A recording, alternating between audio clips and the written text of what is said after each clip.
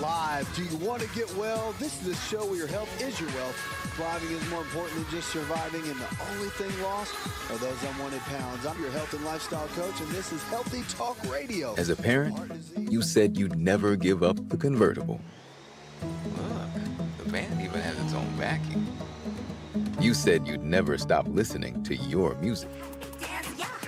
Do your happy dance, do your happy dance, yeah. You said you'd never schedule your life around a stuffed animal. Nobody panic. Bun Bun is still at daycare. You said you'd never give in to demands. 2 kids' meals and a chocolate shake. And never put them in harm's way. I'll be right back, little man. Just gonna pop in the store for diapers. But never happens. And no amount of time is okay to leave your child in a car by themselves. Long line today. Temperatures as low as 60 degrees can be deadly for children left behind. So always bring them with you every time you park the car. Stop, look, lock. Brought to you by NHTSA and the Ad Council. It all connects. The girl who walks for hours to bring home the family's water, the school she can't attend most days, the breakfast she didn't have, the rain that hasn't fallen in months, the danger around the next bend, her little brother's belly laugh, her mother's hug, her dreams of being a teacher, an engineer, the mayor. All the reasons life is both so hard and so beautiful. It all connects. But so do we, for children's sakes. At Child Fund, we connect through everything we do, together, so every child can grow up healthy, educated, and safe. Because we need each other. Learn more at childfund.org. As a parent, you said you'd never give up the convertible. Look, the van even has its own vacuum. You said you'd never stop listening to your music. Do your happy dance, do your happy dance, yeah. You said you'd never schedule your life around a stuffed animal. Nobody panic. Bun Bun is still at daycare. You said you'd never give in to demands. 2 kids' meals and a chocolate shake. And never put them in harm's way. I'll be right back, little man. Just gonna pop in the store for diapers. But never happens. And no amount of time is okay to leave your child in a car by themselves. Long line today. Temperatures as low as 60 degrees can be deadly for children left behind. So always bring them with you every time you park the car. Stop, look, lock. Brought to you by NHTSA and the Ad Council. Many of our U.S. veterans and service members face challenges: mental health struggles, housing obstacles, employment, food insecurity, and social isolation, to name just a few. I'm Bob Woodruff. My family and I started the Bob Woodruff Foundation in 2006 after I sustained a life-threatening injury while reporting from Iraq. Our service members had my back that day, and we need to have theirs now more than ever. At the Bob Woodruff Foundation, we raise awareness about the tough challenges veterans and military families face and invest in solutions to help support them in the next chapter of their lives. And with one solution comes the next. We solve a housing situation, we increase employment opportunities. We solve employment problems, we address food insecurity. We solve food insecurity, we impact physical and mental health issues. Learn more about our work at bobwoodrufffoundation.org/success. My name is Erica. My son, Kason, is a patient at Shriners Children. My oldest called me and said Kason got burned. The trauma doctor came in and said he needs to go to Shriners. His injury was a big injury, and I think a testament to the care that we provide. He's fully functional. He's riding his dirt bike, doing all of the things that you would want him to do. We're just so thankful that Kason is still here. Go online right now to loveshriners.org.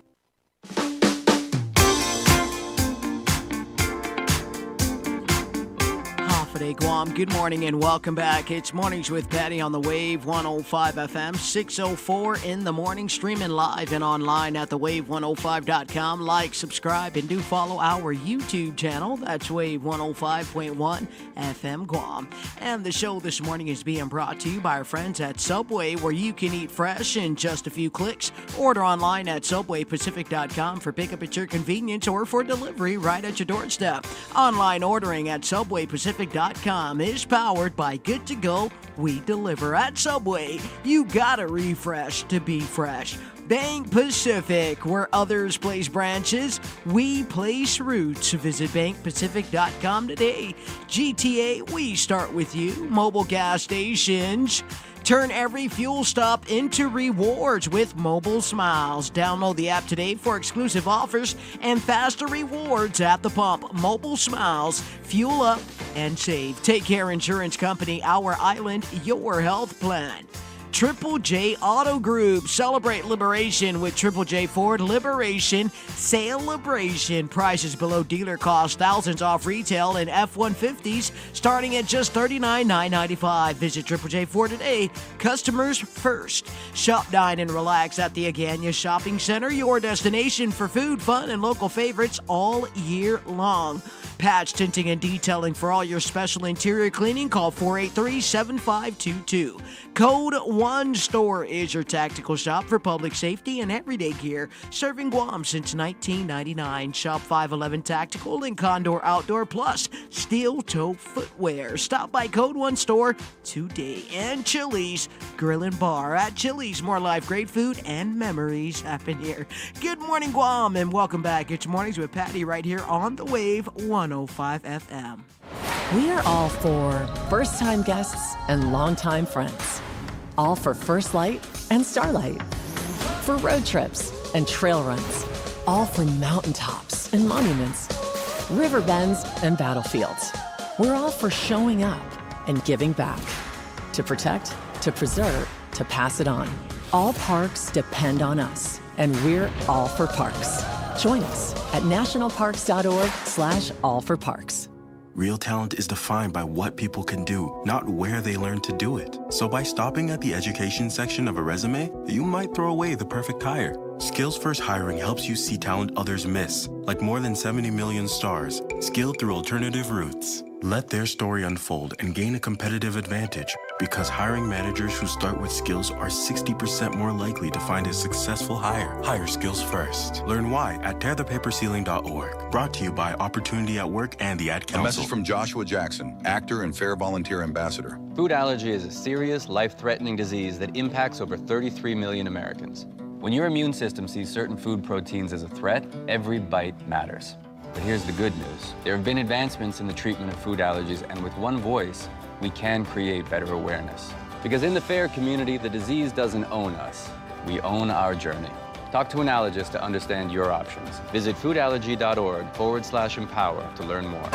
The views and opinions expressed on this program are those of the show hosts, guests, and callers, and do not necessarily reflect the views of the staff or management of Wave 105.1 FM, Glimpses Media, or our partners.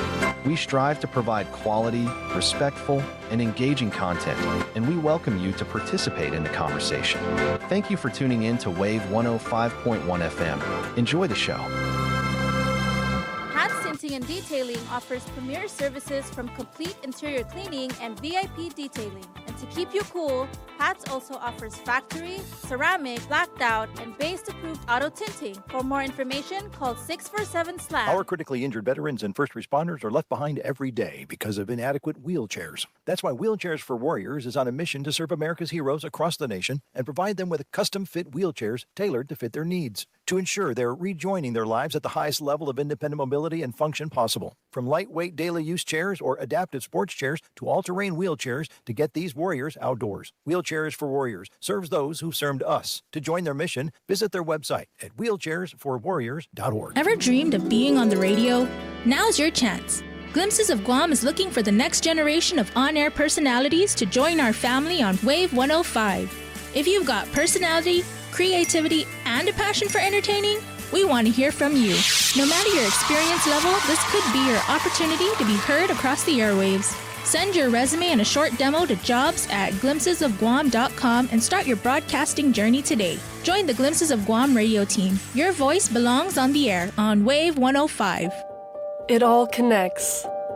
The girl who walks for hours to bring home the family's water, the school she can't attend most days, the breakfast she didn't have, the rain that hasn't fallen in months, the danger around the next bend, her little brother's belly laugh, her mother's hug, her dreams of being a teacher, an engineer, the mayor. All the reasons life is both so hard and so beautiful. It all connects. But so do we, for children's sakes. At Child Fund, we connect through everything we do, together, so every child can grow up healthy, educated, and safe. Because we need each other. Learn more at childfund.org. As a parent, you said you'd never give up the convertible. Look, the van even has its own vacuum. You said you'd never stop listening to your music. Do your happy dance, do your happy dance, yeah. You said you'd never schedule your life around a stuffed animal. Nobody panic. Bun Bun is still at daycare. You said you'd never give in to demands. 2 kids' meals and a chocolate shake. And never put them in harm's way. I'll be right back, little man. Just gonna pop in the store for diapers. But never happens. And no amount of time is okay to leave your child in a car by themselves. Long line today. Temperatures as low as 60 degrees can be deadly for children left behind. So always bring them with you every time you park the car. Stop, look, lock. Brought to you by NHTSA and the Ad Council. Many of our U.S. veterans and service members face challenges: mental health struggles, housing obstacles, employment, food insecurity, and social isolation, to name just a few. I'm Bob Woodruff. My family and I started the Bob Woodruff Foundation in 2006 after I sustained a life-threatening injury while reporting from Iraq. Our service members had my back that day, and we need to have theirs now more than ever. At the Bob Woodruff Foundation, we raise awareness about the tough challenges veterans and military families face and invest in solutions to help support them in the next chapter of their lives. And with one solution comes the next. We solve a housing situation, we increase employment opportunities. We solve employment problems, we address food insecurity. We solve food insecurity, we impact physical and mental health issues. Learn more about our work at bobwoodrufffoundation.org/success. My name is Erica, and my son Kason is a patient at Shriners Children. My oldest called me and said Kason got burnt. The trauma doctor came in and said he needs to go to Shriners. His injury was a big injury, and I think a testament to the care that we provide. He's fully functional. He's riding his dirt bike, doing all of the things that you would want him to do. We're just so thankful that Kason is still here. Go online right now to loveshriners.org. We are all for first-time guests and longtime friends. All for First Light and Starlight. For road trips and trail runs. All for mountaintops and monuments. River bends and battlefields. We're all for showing up and giving back. To protect, to preserve, to pass it on. All parks depend on us. And we're all for parks. Join us at nationalparks.org/allforparks. Real talent is defined by what people can do, not where they learn to do it. So by stopping at the education section of a resume, you might throw away the perfect hire. Skills First Hiring helps you see talent others miss, like more than 70 million stars, skilled through alternative routes. Let their story unfold and gain a competitive advantage, because hiring managers who start with skills are 60% more likely to find a successful hire. Hire skills first. Learn why at tearthepaperceiling.org. Brought to you by Opportunity at Work and the Ad Council. A message from Joshua Jackson, actor and Fair Volunteer Ambassador. Food allergy is a serious, life-threatening disease that impacts over 33 million Americans. When your immune system sees certain food proteins as a threat, every bite matters. But here's the good news. There have been advancements in the treatment of food allergies, and with one voice, we can create better awareness. Because in the FAIR community, the disease doesn't own us. We own our journey. Talk to an allergist to understand your options. Visit foodallergy.org/empower to learn more. We're tapping into the sharp wit of classic American literature today to discover a legendary author's ultimate culinary obsession. Welcome to the National Day Spotlight for August 3rd. While vintage literary history usually associates legendary author Mark Twain with white suits and Mississippi riverboats, he harbored a fierce, lifelong culinary obsession for watermelon. Twain considered the sweet, crisp fruit to be the absolute pinnacle of luxury, completely prioritizing it over high-end restaurant delicacies during his extensive global travels. He famously immortalized his devotion in writing, declaring that to taste a truly perfect southern watermelon is to experience a direct indulgence that stands entirely apart from the mundane world. In his characteristically sharp wit, Twain concluded that the fruit is the chief of this world's luxuries, providing a distinct, heavenly flavor that allows mortals to know exactly what the angels eat. In case you haven't figured it out, today is National Watermelon Day. Do you suppose he dripped watermelon juice on those nice white suits when he ate it? You would have to have a bib, right? But bibs were pretty popular in that time of history, I guess. Some of the people I know still have bibs today. I don't know what you're talking about. We're also celebrating National Grab Some Nuts Day and National Hair Gloss Day. I'm Alice Anderson. And I'm Marlo Henderson with National Day Calendar, reminding you to celebrate every day. If you're looking for news, insight, conversation. Wave 105, the talk of Guam. 105.1 The Wave is the talk of Guam. You ready? Who's ready for some of that good love? Count me out! And you've got it tuned in to Mornings with Patti. Come on! 1, 2.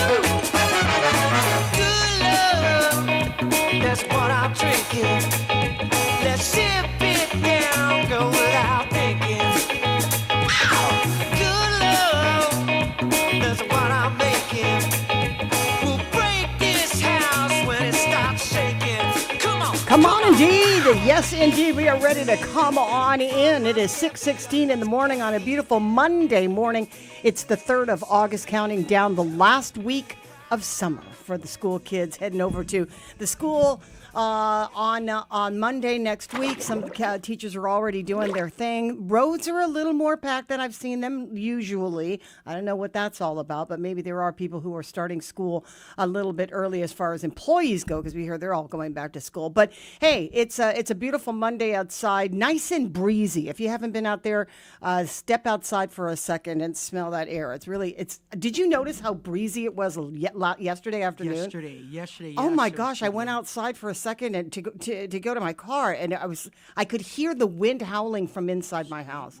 Excellent weather this weekend. It was so nice. Well, this weekend was so nice. 17 minutes after 6 o'clock in the morning, and we all know what happened on Saturday. And many of us who are in that 30 percentile of people who actually showed up to the polls for Saturday, congratulations on you. If you voted, congratulations on you. Well done for your community. Well done for your government. Well done for Guam that you actually took the time to step outside. And for the 5,100 voters that also voted early. And, they've got some absentee ballots that are still coming in, provisional ballots that'll still have to come in. But clearly won't be enough to change the results of the election and the loss of Josh and Tina to Therese Terlahi and to Sabina Peretz. Congratulations to that team for having won this victory in the primary. Congratulations as well on the Republican side for Tony Atta and E.J. Calvo to prevail over Frank Bloss Jr. and Mary Okada. Hard fight wins on both. Probably harder fought in the Democrat side, since the difference between the two votes and the sort of unofficial tally at the end of the day was 460 votes, with 644 people who couldn't follow instructions. It was a primary, and it means primarily you vote for like one party, and several people, 644 of them, crossed over. Apparently nobody was listening to that precinct official who was standing there as soon as they call out your name. The one in my precinct, was actually my niece. She's my first cousin's daughter, so we're pretty closely related. And we joke around all the time. And I turned to Sean right before we went. I said, Vanessa's here, and this is her job. So we are not going to crack any jokes because she's on the clock, and this is what she does professionally. I said, allow her. Not that we would have interrupted her, but, the temptation is there to tease somebody when they're actually doing something important. Well, they said, only in my family? Okay. So we watched her. I said, give it to me, girl. And she made it very clear. She went down, and they read from a piece of paper, so they're not ad-libbing for you. They're reading what the rules are. So you have to take the time. You really have to take the time. But nobody had a better time than I've witnessed with Dice and her sister strolling through the primary on Saturday. You were just cheesing at every precinct, it looked like. We did. Red, blue, pink, purple, yellow, green. It was a great time. I think all the camps did an excellent job. I feel like you could have run, because the reception for you, would look like it was pretty hearty. That people were, people were grateful to see you. I'm pretty sure. Yeah, huh? It was great to see them. Yeah, I was more happy to see them out there. So yeah, I swept my way north side down to the south side, and it was a lot of fun. I think all the camps really came through, and the food was delicious. Oh, also. Really? Oh, the food was Best delicious. Food? Hey, Best nice food. job, guys. I don't have a best. Oh, okay. I don't no have a village best. that was like you enjoyed, maybe a little more enthusiasm. Man, and no, I think spunk. every village had different dishes. I mean, you got the hot dogs on this side, cut and pica on this round. Oh, dang. These guys got the pastries. So nonetheless, Look at that. Okay. I know, right? Now, What time did you start? We started around noon, Okay. actually. Yeah, All right. we hit the ground around noon, so it was good weather. Again, north side, hung out a little bit around Lee Guan, so they did a great job. Swung my way around the Guam Congress building, so that was nice. So, yes, all the way down south. And you know what? Molesu is definitely a vibe, Patty. Molesu Well, I mean, the is polls have a showed vibe. that they are second, Something only to about Hagatnya these in the Southside percentage. voters. These Southside voters hit differently. Their energy, their vibe is just Yeah. top tier. Yeah. They're all really excited. In the southern communities, though, a lot of these places are really made for people who actually live there. I Right. see. So we're passing through. When we go around the island, unless we have a reason to stop someplace. Okay. And most people just stop for a second. We're transient. We don't hang, and So when something in their community happens, Right on. they all come through. They all come out. I mean, That's it's a what it very is. big deal when the community gets together. But A big deal over the weekend. I'm It so was. glad it Yes. was, yeah. Excellent job, everyone.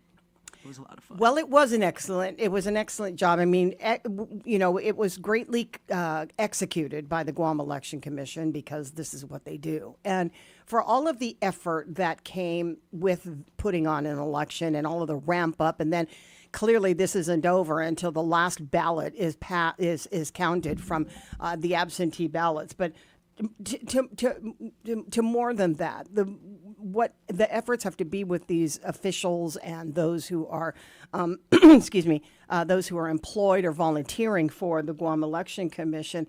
It's an entire production, right? You can only imagine. I live nearby the Guam Election Commission. So you can see, the night before they're setting up canopies because they want to transport these ballots and they want to transport documents and things, and they want to make sure that there's not going to rain on them. So there's canopies all over the place. Well, in one particular place. And then they have these big box trucks that they rent so that they can, carry the ballots in secure ways. And so there's a lot of activity in the hood during that. And then they all spread out by the time 7 o'clock rolls around. It's completely empty because everybody is supposed to be at the precincts. I went a little bit later. I normally go around 10, and I'm glad I didn't go at 10 because all of them were saying it was a mad rush. It was a mad rush around 10 o'clock in the morning that the entire village decided to show up at JFK all at the same time. And they were running pretty deep and, trying to get people in and out as soon as possible to make room because there were just a lot of people.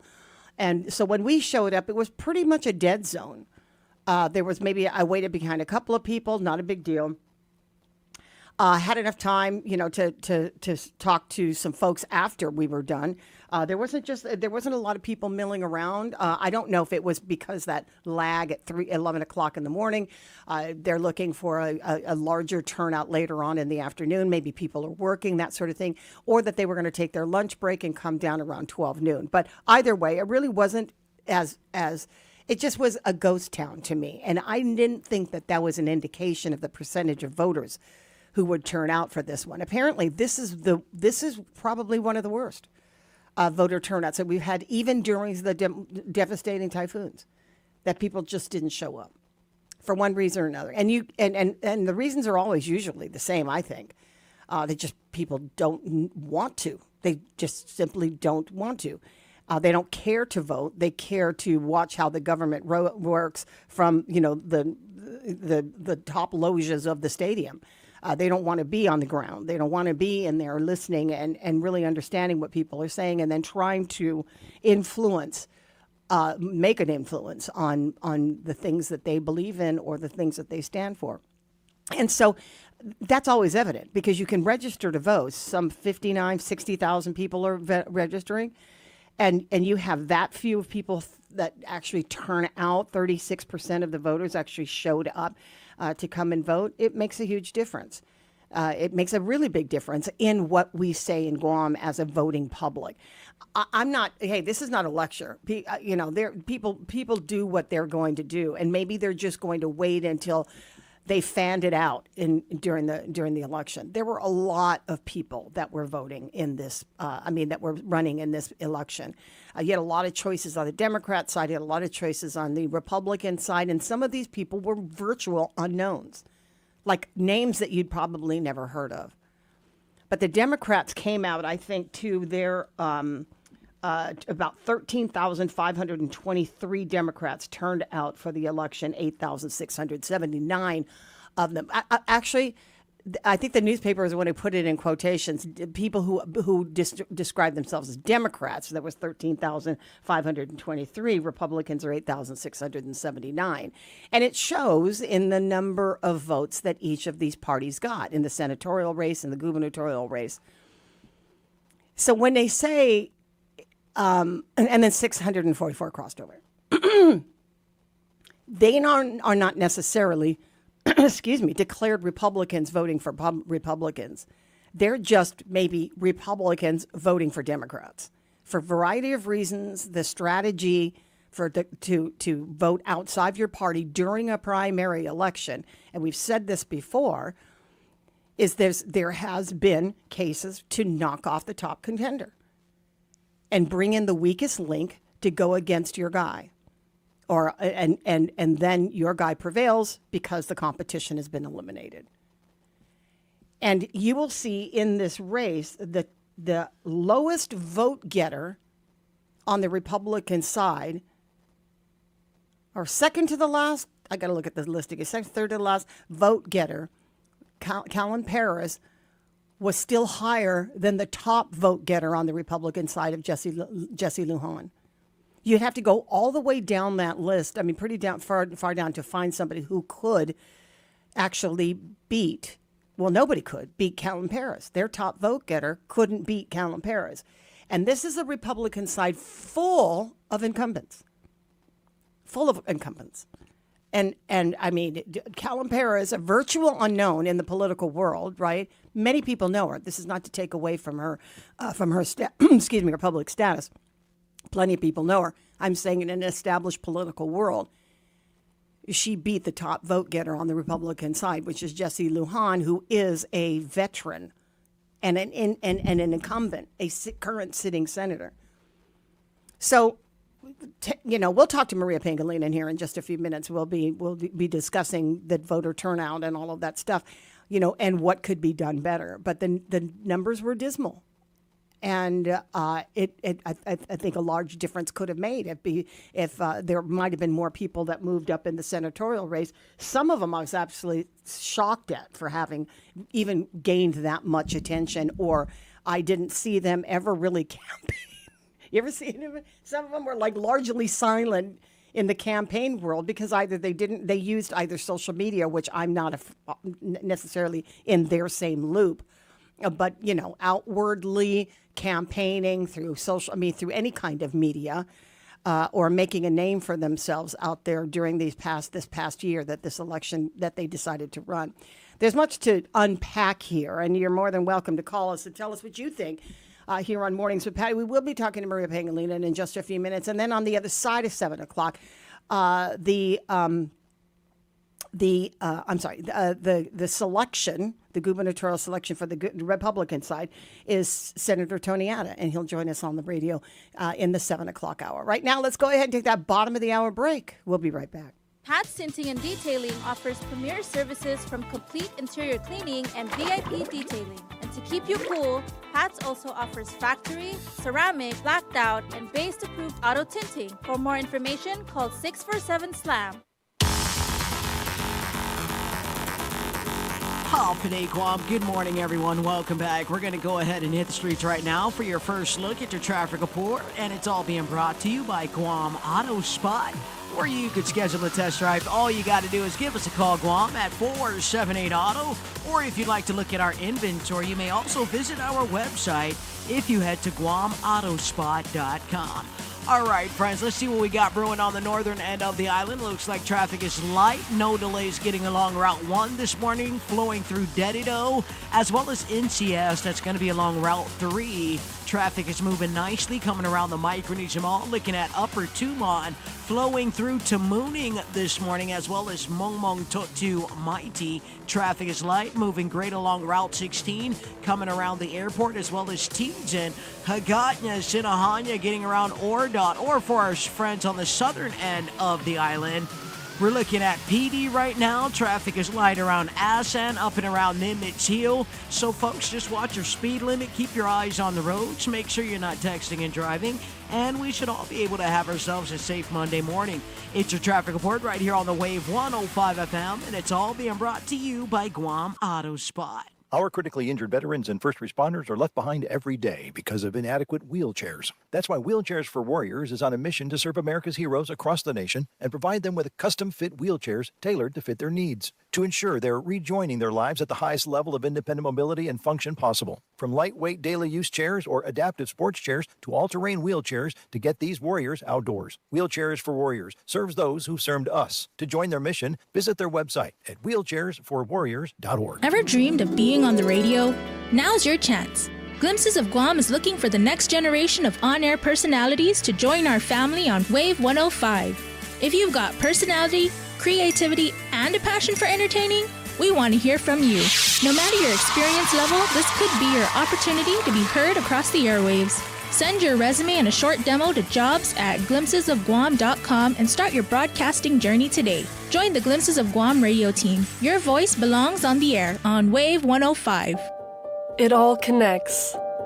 The girl who walks for hours to bring home the family's water, the school she can't attend most days, the breakfast she didn't have, the rain that hasn't fallen in months, the danger around the next bend, her little brother's belly laugh, her mother's hug, her dreams of being a teacher, an engineer, the mayor.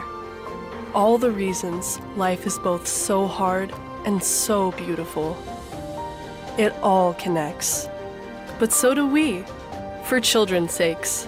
At Child Fund, we connect through everything we do, together, so every child can grow up healthy, educated, and safe. Because we need each other. Learn more at childfund.org. As a parent, you said you'd never give up the convertible. Look, the van even has its own vacuum. You said you'd never stop listening to your music. Do your happy dance, do your happy dance, yeah. You said you'd never schedule your life around a stuffed animal. Nobody panic. Bun Bun is still at daycare. You said you'd never give in to demands. 2 kids' meals and a chocolate shake. And never put them in harm's way. I'll be right back, little man. Just gonna pop in the store for diapers. But never happens. And no amount of time is okay to leave your child in a car by themselves. Long line today. Temperatures as low as 60 degrees can be deadly for children left behind. So always bring them with you every time you park the car. Stop, look, lock. Brought to you by NHTSA and the Ad Council. Many of our U.S. veterans and service members face challenges: mental health struggles, housing obstacles, employment, food insecurity, and social isolation, to name just a few. I'm Bob Woodruff. My family and I started the Bob Woodruff Foundation in 2006 after I sustained a life-threatening injury while reporting from Iraq. Our service members had my back that day, and we need to have theirs now more than ever. At the Bob Woodruff Foundation, we raise awareness about the tough challenges veterans and military families face and invest in solutions to help support them in the next chapter of their lives. And with one solution comes the next. We solve a housing situation, we increase employment opportunities. We solve employment problems, we address food insecurity. We solve food insecurity, we impact physical and mental health issues. Learn more about our work at bobwoodrufffoundation.org/success. News, insight, conversation. Wave 105, the talk of Guam.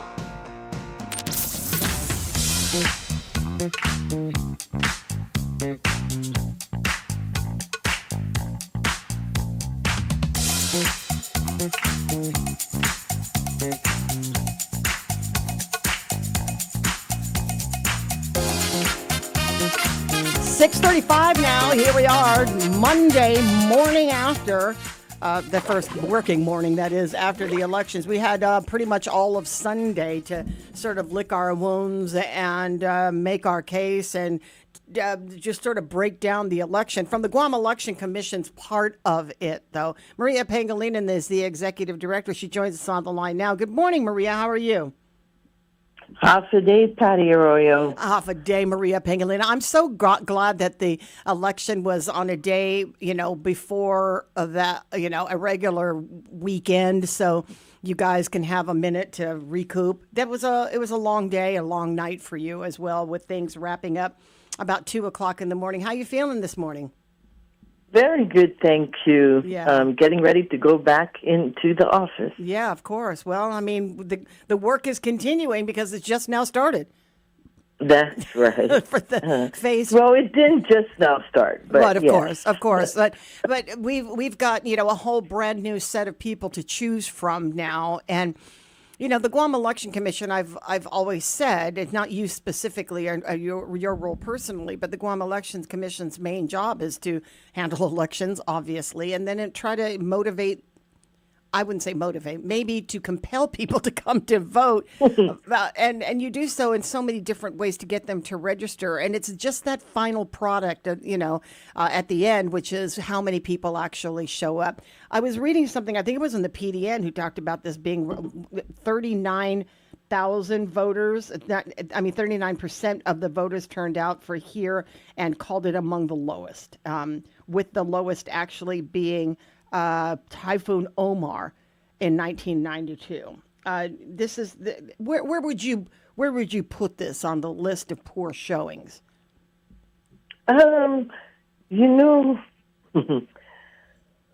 It's really something where we try to improve as much as possible the election process, and as we keep going, the voter participation keeps going down. We're trying. Where do I put it? We're maybe, Patty. Maybe it's because our registered voters has grown, no? And so it waters down the voter participation a little bit. I didn't really look at and compare again the real numbers from past to see where we've, in terms of real numbers, right? Never mind how many registered voters there are. Let's look at real numbers and see. And I think it's okay. I mean, compared to the most recent years, I think it's okay. Yeah. Well, I mean, it's higher certainly than 1992, and the second lowest was 2024 with 32%. And that was that. To your point, there was a record high number of 60,000 registered voters on that day, in that year. But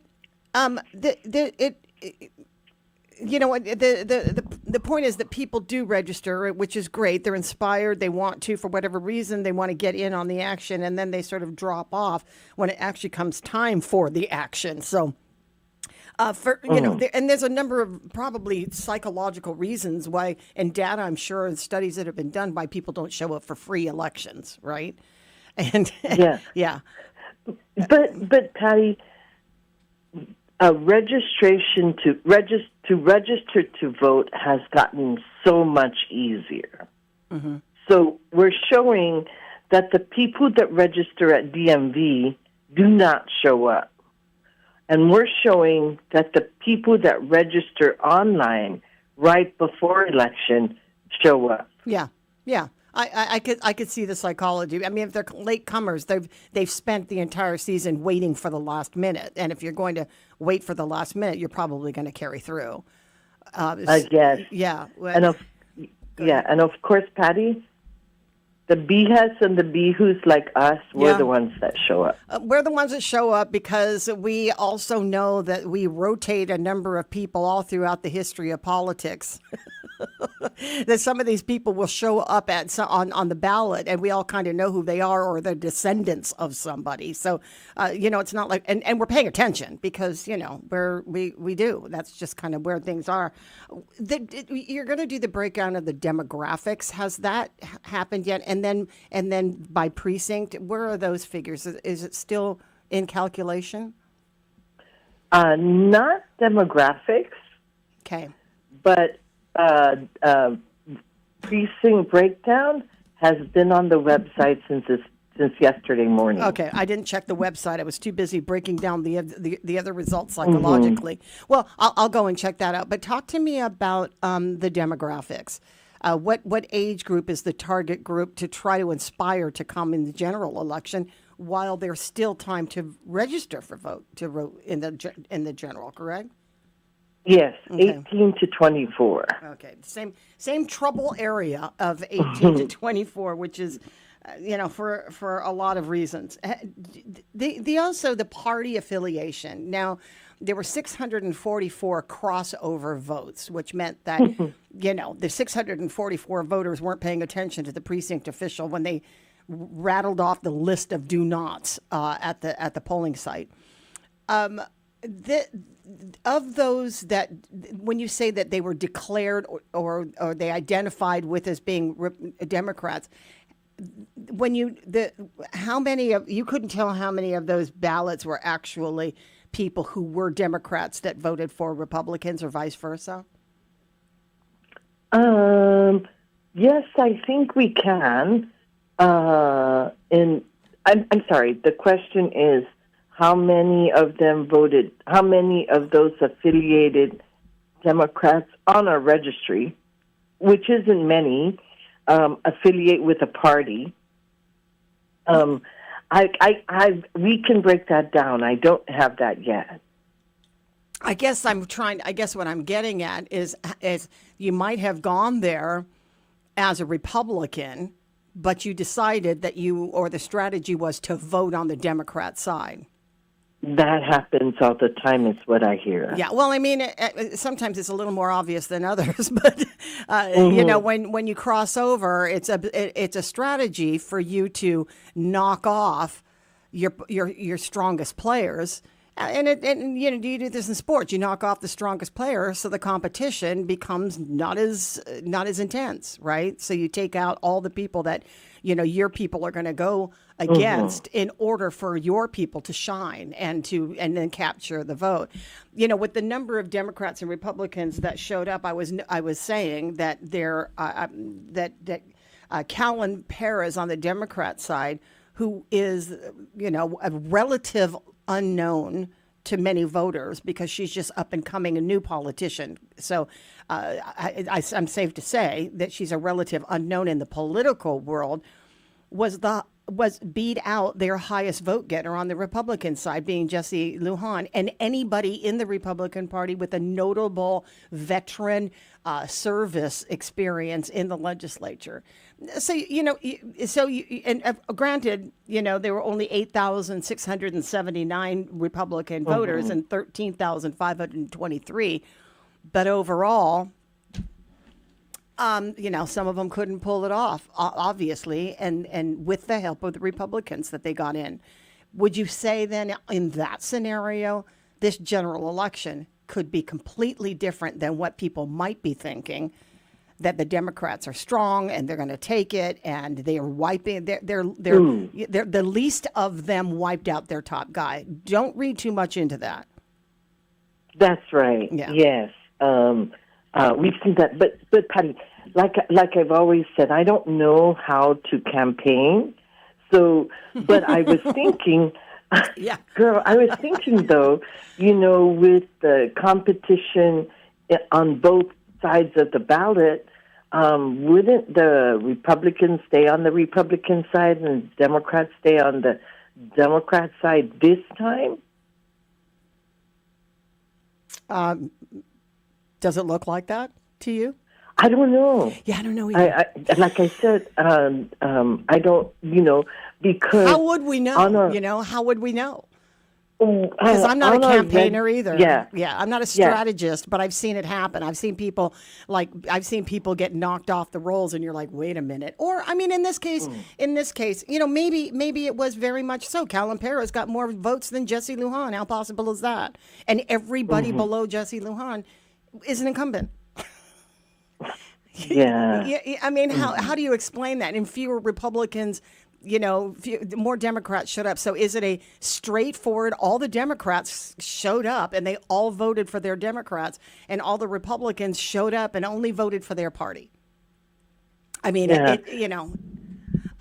pretty sure all of us know what I'm talking about. Nobody actually says that stuff out loud. But if you had 644 crossover voters and 460 difference in vote between Therese Terlahi and Josh Tenorio, somebody's got something to say about these 644 people who weren't paying attention. Yes. Assuming they would all. That race is too close.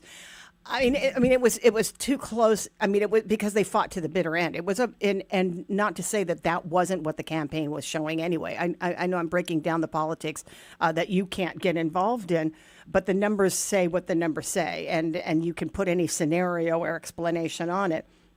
But the bottom line is there was a 460 vote difference. In the primary, it's a strictly majority rule. There is no 50% vote that is required in order for them to win. That's something that happens in the general election, but it's winner takes all, pretty much. That's correct. Yeah. How much would the spread between Ada and Frank is 1,800 votes. You can't look at that and say that any difference could be made by provisional ballots or by those absentee ballots that would be showing up. But for 460 voter difference between Therese and Josh, how much more likely is it that these absentee votes would sway that number? Well, I need to tell you that come Election Day, I think we serviced record number of homebound voters. I think by the time I left the office, and I left a little after 7, I think we had serviced over 60 homebound voters. Okay. So that's a record number for you. Those for the day. For the day. Oh, for the day. Yeah. And overall, how many were there? I don't know that offhand because we were servicing them even after all the absentee ballots were already put in order, ready to go out to the different precincts. Those ones, I think we stopped sending. We stopped, I think, maybe on Wednesday or Thursday last week, where we didn't package them to send to the Precincts. precincts I see. because the whole lot of over 5,000 ballots were already arranged and packaged together for the precinct, for each precinct. Yeah. So there were, but you've had about 60 voters on that election day whose ballots were able to get into the calculation. No, not yet. Oh, not yet. You- And then they you also stay at the office. Okay, Yes. but up They until stay at the office. Okay, so up until Wednesday, I think you said that absentee ballots had been received and calculated into the Saturday's results. Are there still? That's correct. But are there still more coming in after the? Post dated, time stamped for election day. Oh, Okay. What's the date? What's the date? I'm sorry, the cutoff date. Explain that. August 14th. Okay. Okay, so another portion of the results, we have ballots that were emailed to our off-island voters. Right. Those e-ballots we keep because we know that they have to be duplicated with the commissioners. I see. Yeah. So we sent out over 100 e-ballots. So we at this point we don't know how many we've received. So received back. So we normally receive only a half. I see. Right.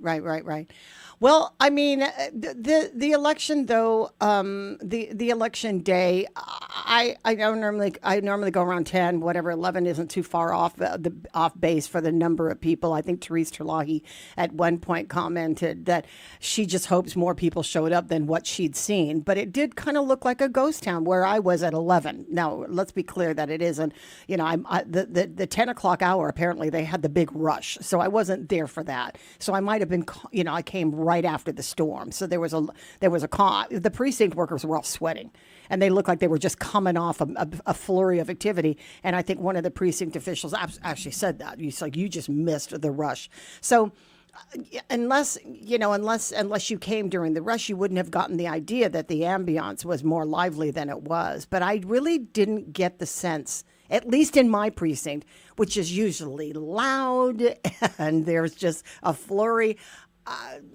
Finding parking was easy. Walking in, no line. Everybody was just kind of waiting. They were sitting out there just sort of waiting for us. When in your voting place or in your discussions with people who came back to you after report, did they say that it just looked as dead as it appears to have been? In the polling rooms, I hear that outside in the hospitality tents, there were people were partying in the hospitality tents that we heard. So we over there at the office, our gauge is how many telephones are ringing. That was my next question. And how many telephones were ringing? Well, at the very beginning, at about 5:30, the telephones were ringing because the buses were a little late, but everybody started on time. After that huge push on, 5:30 to about 6:30, and then 7 o'clock, so maybe by 8:30 the phones died. Okay, yeah. Yeah. What complaints did you have coming out of the polls, if any? Gosh, most of them were electioneering, and over at DL Paris, our passionate campaigners parked alongside the fence of the school. And so what happened was visibility for the voter leaving the school was really bad. So GPD, the Guam police officers went out and cleared that up. Electioneering was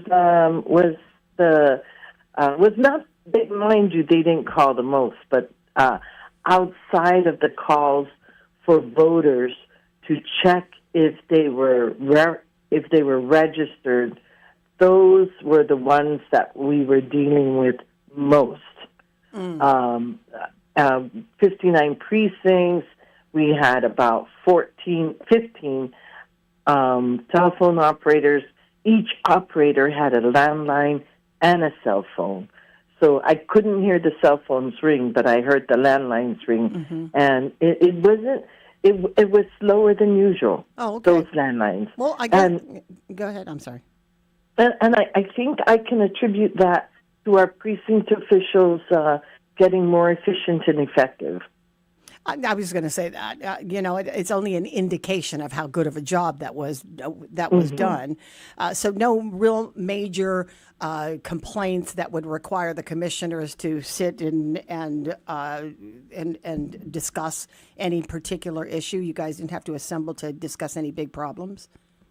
No, and then we would get word on when administrative complaints were being filed. Yeah.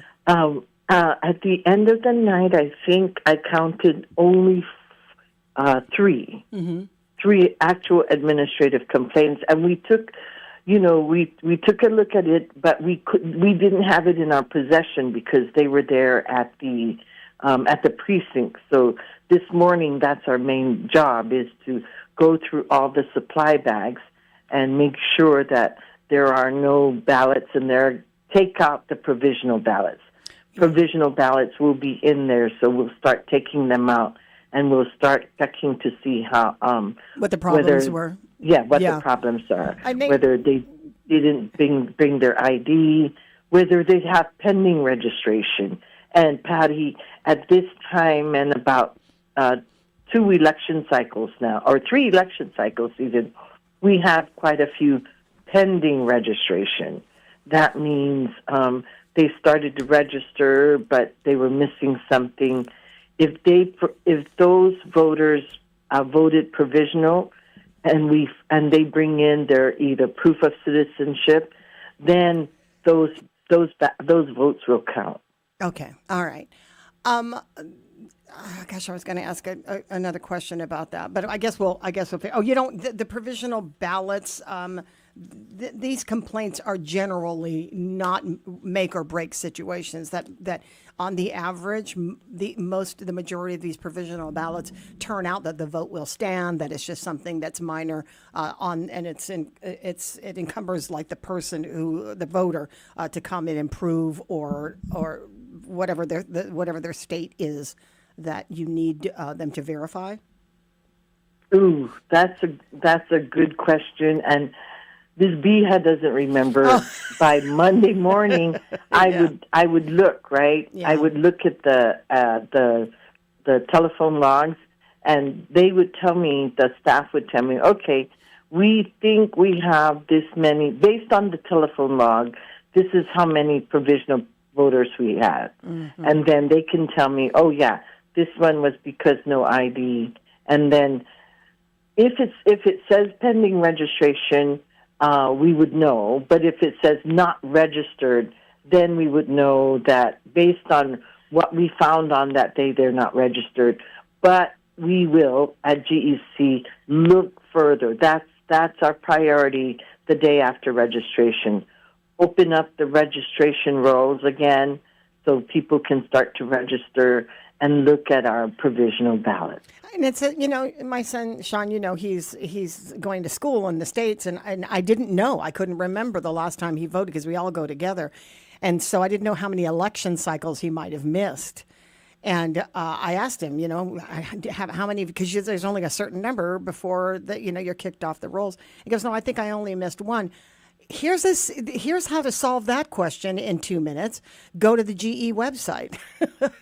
Look up registered voters, enter your name and birth date, and voila, it shows where you're supposed to vote and that you're registered and what party to which you're registered. So if you're not sure, this is probably more food for the menu in the general election. If you're not sure, but you're not sure, but you think you are or you think you aren't, you have plenty of time to just look up your name and see where you are. The general election is a whole nother animal. How are we going to get the 18 to 24 somethings to get out there? Well, we have the likes of, young men like Genesis Babauta working on that. We're now going to be hot and heavy. GEC is going to be hot and heavy in the social media. And we're trying again to partner up with the influencers of that group. So we'll see. Let us know how else we can do it. You young folks, let us know how we can get you to come out and vote. Well, Power 98 is exactly one of those influencers, and so our celebrity DJs on that station, Dice being with her headphones clamped on right now. It really does take it. People listen to influencers. They follow them on their social media. You look at the number of followers or people who are engaging with you, and that's a built-in audience that you can play to. Not that this is not a lecture to Power 98 because they already know what they're doing, but they listen and they hear. And social media has rapidly become the one place that is guaranteed you're going to reach someone somewhere, because that's where these kids are dwelling on social media, right? All of these platforms are where they hang out. So you got a budget for that? The social media a little campaign? bit. Okay. Actually, you tell me a good idea. You tell us a good idea. Yeah. And we'll take a look at it. I am sure within the brain power under these walls, under this roof, we could find something for you. Lots of good ideas come through here every day. So we'll be in touch. I do appreciate this, Maria Pangolin, and thank you so much for your hard work on Saturday and beyond.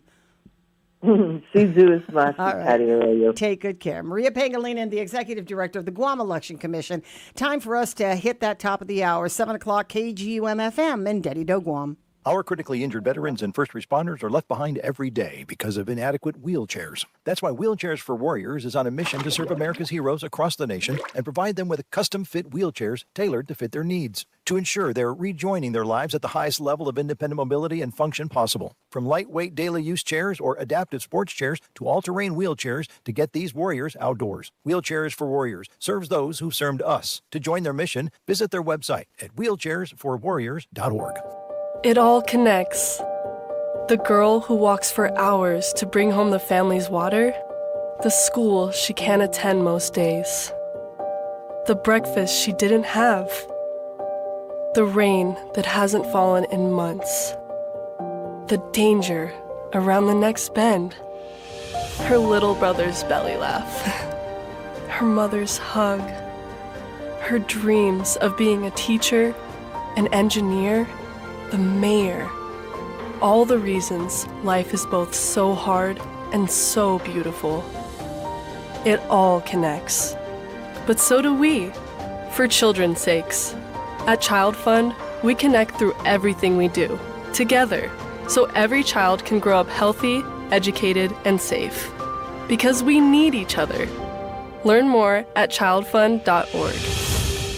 Real talent is defined by what people can do, not where they learn to do it. So by stopping at the education section of a resume, you might throw away the perfect hire. Skills First Hiring helps you see talent others miss, like more than 70 million stars, skilled through alternative routes. Let their story unfold and gain a competitive advantage, because hiring managers who start with skills are 60% more likely to find a successful hire. Hire skills first. Learn why at tearthepaperceiling.org. Brought to you by Opportunity at Work and the Ad Council.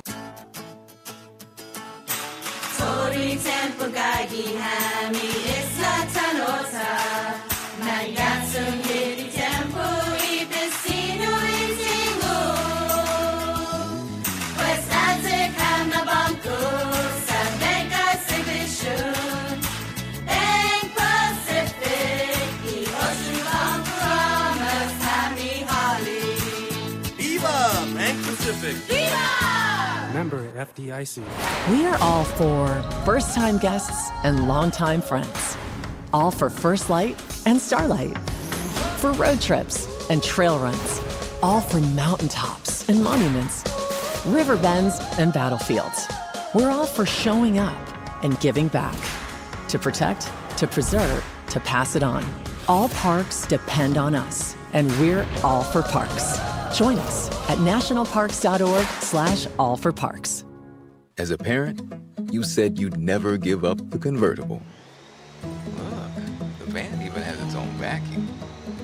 You said you'd never stop listening to your music. Do your happy dance, do your happy dance, yeah. You said you'd never schedule your life around a stuffed animal. Nobody panic. Bun Bun is still at daycare. You said you'd never give in to demands. 2 kids' meals and a chocolate shake. And never put them in harm's way. I'll be right back, little man. Just gonna pop in the store for diapers. But never happens. And no amount of time is okay to leave your child in a car by themselves. Long line today. Temperatures as low as 60 degrees can be deadly for children left behind.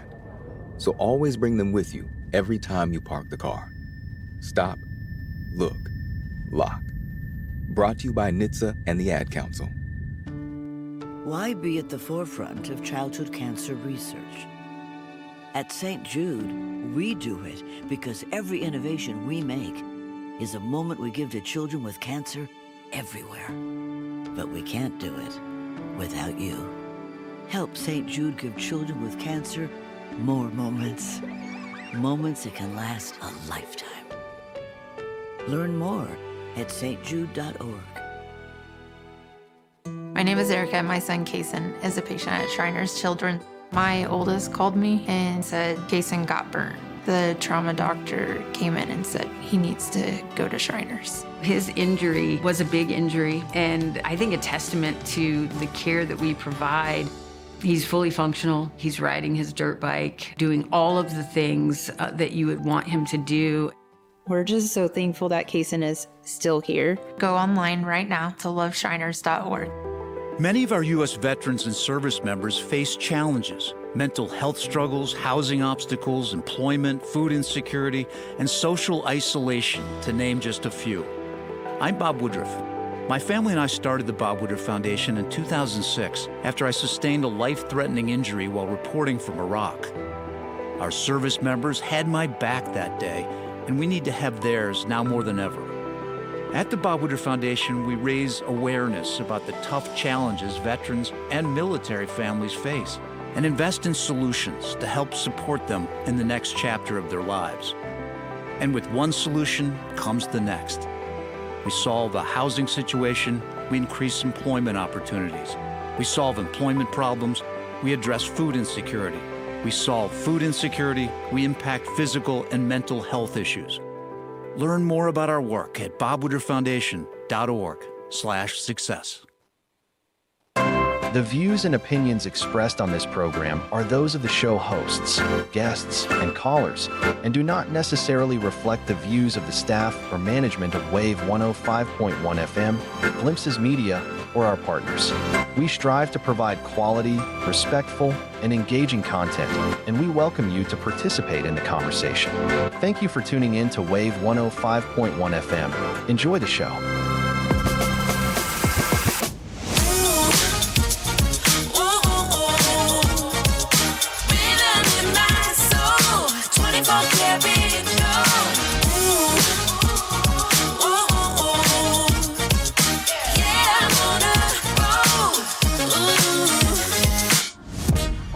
.1 The Wave is the talk of Guam. Start your morning with confidence right here on Mornings with Patti. Who's that? Oh wait, that's me. Reflections so on fleek. I'm it, that's all I need. La-da-da-da-da-da-da. Top check, I'm good, I'm golden. I got that groove unfolding. Hot beat so smooth, I'm rolling. La-da-da-da-da-da-da. 7:07 in the morning. Welcome to the program here on a Monday. It is the 3rd of August. Welcome to the conversation. 922-1051 or 922-1052 is our number if you want to call in. You can also reach us on our YouTube channel. We're more than happy to listen to your statements, as well as on WhatsApp, 922-1051, and the good old-fashioned phone and the good old-fashioned radio will also lead you into the conversation. Most of what we're going to be talking about, at least in this block, is the 2026 primary election, which had a dismal turnout, and the youngins, the 18 to 24s, are having a hard time showing up to the polls. They might be registering to vote, but they're having a hard time actually showing up to vote. For whatever reason that happens, Social media plays a huge part in campaigning. That's been evidenced by the fact that these candidates are choosing social media platforms, which generally are free, or at least they're not expensive as those huge billboards or those fancy television commercials or even the creative radio commercials that are run. Ask any media executive on Guam what that showing looked like. You know, and it'll pick up again, but it started off as usual. You know, depending on what kind of war chest you have in your party. You know, they're not going to maybe spend a whole lot of money during the primary election unless they feel like the polls are showing that they really need to inundate in you to get them on that general election ballot. The race between Therese Terlahi and Sabina Perez and Tony Atta and EJ Calvo, I think is going to be a pretty fierce fight for Adelup. And this is going to be a pretty fierce fight for both of these parties, mainly because the dominance has been sought by this Republican Party for years, that they've wanted to take Adelup for years, and not 4 years, 8, but I mean for years. They've wanted to take Adelup and stack the legislative branch with the majority. And they've been uneven on how that's been happening. But there's a couple of things that you know, Therese Terlahi, I think, leads a faction. I mean, I'm saying not. I think there is a faction. I know that there is a faction. I think that Therese Terlahi is the number one person behind this faction, leading this faction, and it's a very small faction of about 3. It's her, Sabina, and Chris Barnett, compared to the other Democrats who are in the minority currently in the legislature. It started off at the very beginning of this legislative term a couple of years ago, where the Democrats, knowing their minority, didn't formulate a body of Democrats on a particular agenda to work together because they were the minority, and to push their agenda as a party through a Democrat-led administration. And so you knew that there was going to be issues, because in the 37th Guam legislature, these issues were the same and this faction was the same. And so we knew that there was a fractured party. We heard from them, those who were in there, because they couldn't pick a minority leader. Because you had somebody like Tina Munya Barnes, who was a veteran Democrat in that party, and you had somebody like Therese Terlahi, who was just coming out of the speakership in the 37th Guam legislature. And there was a battle over which agenda that they wanted to pick. And that faction of Terlahi, Perez, and Barnett was very prominent in the 37th Guam legislature. There was a lot of criticism against this administration. They were very vocal on not agreeing with anything. And some of it came down to the schools, with Barnett in charge of the of the Rules Committee. And then you had, and the Education Committee, and then you had Therese Terlahi as the speaker. And they just couldn't get it together, the Democrats on that side, to make it an easier thing for the administration and the executive branch to push through a Democratic agenda. So the faction is real. It's been in place for several years, for the entirety of the Leon Guerrero administration. And so now we come to a point where the head of that faction is Therese Terlahi. And she is flanked by her loyal colleague, that'll be Sabina Perez. And then, of course, Chris Barnett, number one vote getter in the Democratic Party. So if the Democrats win this, then they are going to be in alignment with each other, with the legislature, they would hope, as well as the executive branch, that the Democrats, if they win the majority, are going to take over. But it's a fight for everybody's life right now, and it's a fight for the party. And depending on who you talk to, they'll say, boy, the Democrats are imploding. Or they'll say, the opposite. The Republicans just can't get it together, and they're imploding in a big way. So, the race is going to be on, and I think it's going to be fast and furious. And I think that there's going to be everybody's going to take full advantage of all the platforms, because now they know which ones are working. There are some of these candidates from both of these sides I never really heard a peep from. Every once in a while, maybe if I'm not, obviously I'm not in the right algorithms, or I'm not friends or followers of them on Facebook. So the larger audience, to include me, who is a consistent, loyal voter in elections on Guam, and I'm on the radio 5 days out of the week, and I'm connected about 7 days out of the week, could not ever find out what their campaign slogan was, or even to understand what they stood for. Yes, some of it means you go to every single one of these town halls, you go to every single one of these forums. I've heard, absolutely. But for the most part, unless it was in an organized event, they weren't out there really stumping for votes. They were using what they could on social media, and a lot of that has to do with raising money. Like these campaigns, these smaller campaigns with these largely unknowns were not making the cut because they weren't reaching the people. They were only reaching those in the 18 to 24 group, it sounds like, who probably didn't, it's like, hey, I know them, but I'm still not going to go out and vote for them. So all of this, there's a number of reasons, and we could sit all day until the general election to try to figure out. But I think the strategy now is coming to a different place. Because also in the election, we see something we haven't seen in federal elections, U.S. elections, in the past 4 years, or since 2020, 6 years. We haven't seen a concession on one side that is built toward the peaceful transition of government. We haven't seen somebody. Can we get that? We haven't seen somebody that has lost an election do what you do in politics, and that's swallow your loss and call the competition. Congratulate them. And for any other reason, you can hate their guts and not agree with anything that they're doing.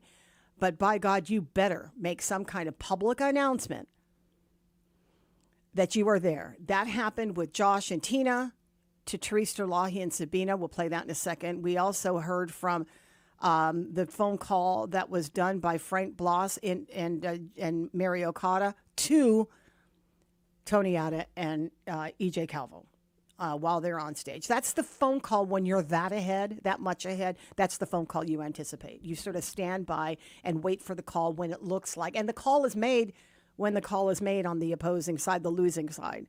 They make that call. That's all part of the transition. And then what you do is you lay down your loyalty. And this is the part where a lot of parties are, we've seen it lacking in the Trump administration. We've seen it not Trump administration, with Donald Trump, period. If he loses, he's coming after you. When you lose, you extend your hand and you show the people that everything that you said on the campaign trail was the truth.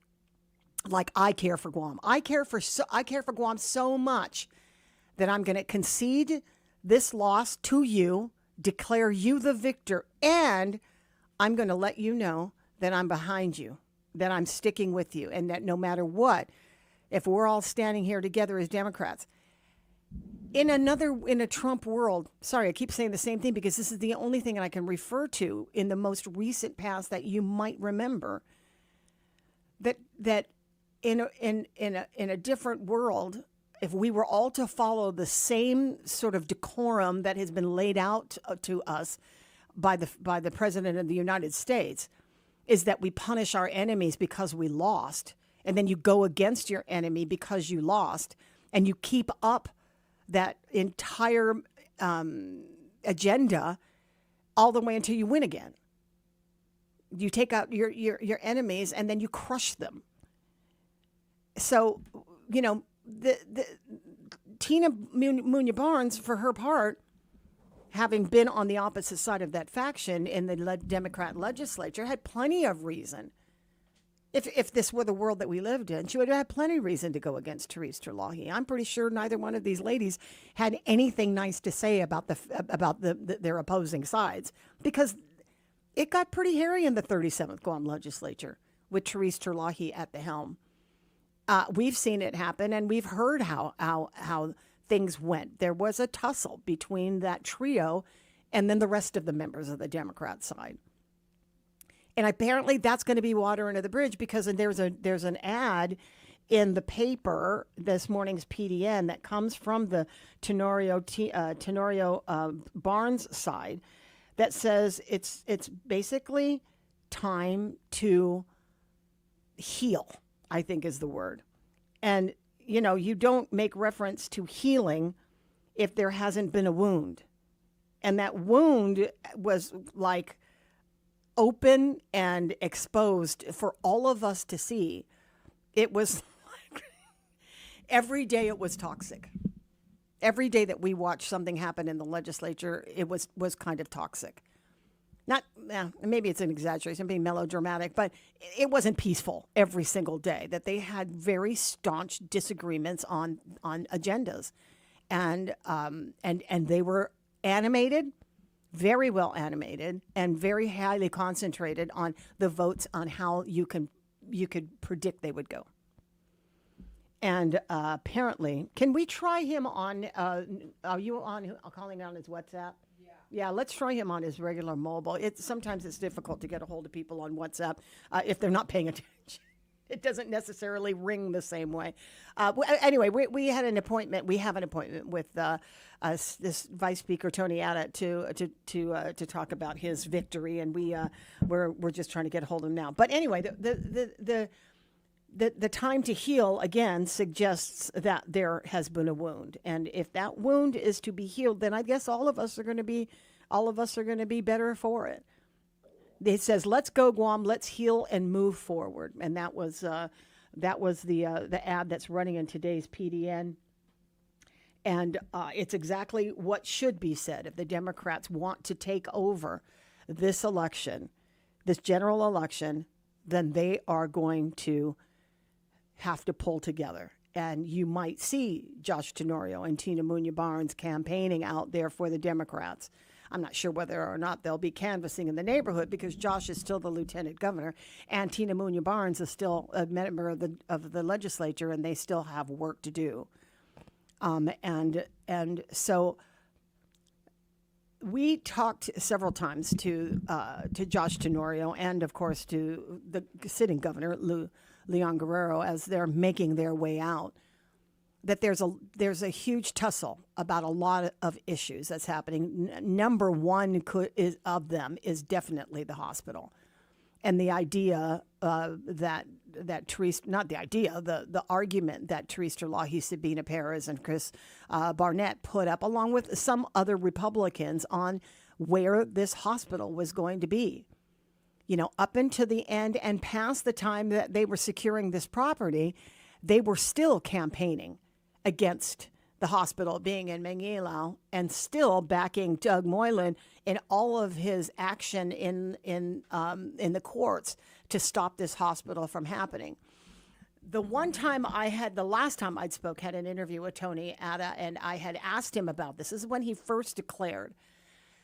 I asked him about the hospital and what he thought about, and this was in the early stages, I think, when Gura was involved in the negotiations with the landowners, and they were securing the funding to be put in escrow, I guess, with the Superior Court, and that this transaction was going to go through. And it seemed like everything was on track for this hospital. They'd already selected the place, and it looked like there was forward motion. And I asked him, what he thought of Manguilao and this. And he said at the time, we just got to move on and build this hospital. The plans have already been set and the decisions have already been made. We just have to follow through. Now, not exactly, this is not verbatim, but his sentiment was that at that point, the wheels had already been turning toward this eventual medical complex being in Manguilao, and at the time it didn't sound and it didn't seem to him that there had been anything in the offing that would have stopped this hospital from going. But the ramp up and the argument against this hospital, it went into a fast and furious stage toward the beginning, toward this primary, with many people still coming out against it, and some doctors still late holdouts that this hospital can still and should be built at Ipoh Point. And if not, continuing to put up the argument about how it should. Will that kind of change? Not kind of, will it change in a Republican administration? Will Tony Atta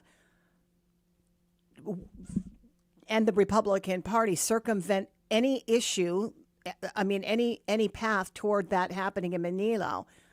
And then and with Therese Terlahi as well, what is the future of the medical complex in Manila?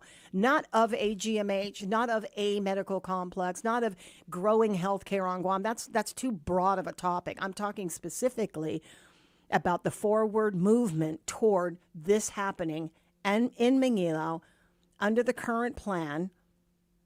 Is that going to change by the time January comes around, or at least it will hear about it while they're campaigning for the general election, how everybody feels. Because this is the one lasting sort of legacy that the Leon Guerrero Tenorio administration can bring to the table. Can leave their administration after 8 years with. And that is the first governor to actually, lay down the foundation for a hospital in Manila after 8 years in office. They were finally the ones that could do it. I said the same thing about Eddie Calvo when he was leaving the hospital, leaving his administration, that, I think that he was gunning toward the very end of it, trying to take out loans to help survive the survival of the hospital. But the plan to build a hospital was always in somebody's plan, right? You campaign on it because you'd be crazy not to. It's a low-hanging fruit. And I actually even teased him that maybe they would change it if the Guam Memorial Hospital got all the funding that it needed at the time. This is like 8 years ago, 10 years ago. Would they name it after Eddie Calvo? That didn't go over well. But the legacy would be that she was the only governor that was able to get through all of the muck and get it. And at every turn, that has been opposed by this faction, as well as the Attorney General. So the concerted effort to not make it happen was fought during the time that she was in charge. And she had, in some of these cases, she had the courts behind them. What's the strategy if their minds have changed about the forward motion currently of the plan that the governor has to build that hospital? What could we be looking forward to in the general, as they're campaigning for general election? Are we going to zero out and start all over again, or and revisit the whole thing and then try for another location? Or we come too far for that couldn't be taken away? I'd really love to be able to hear that. Either way, Josh Tenorio and Lulian Guerrero have months left to complete all of the highlights and check off everything that they needed to check on, to put down in final form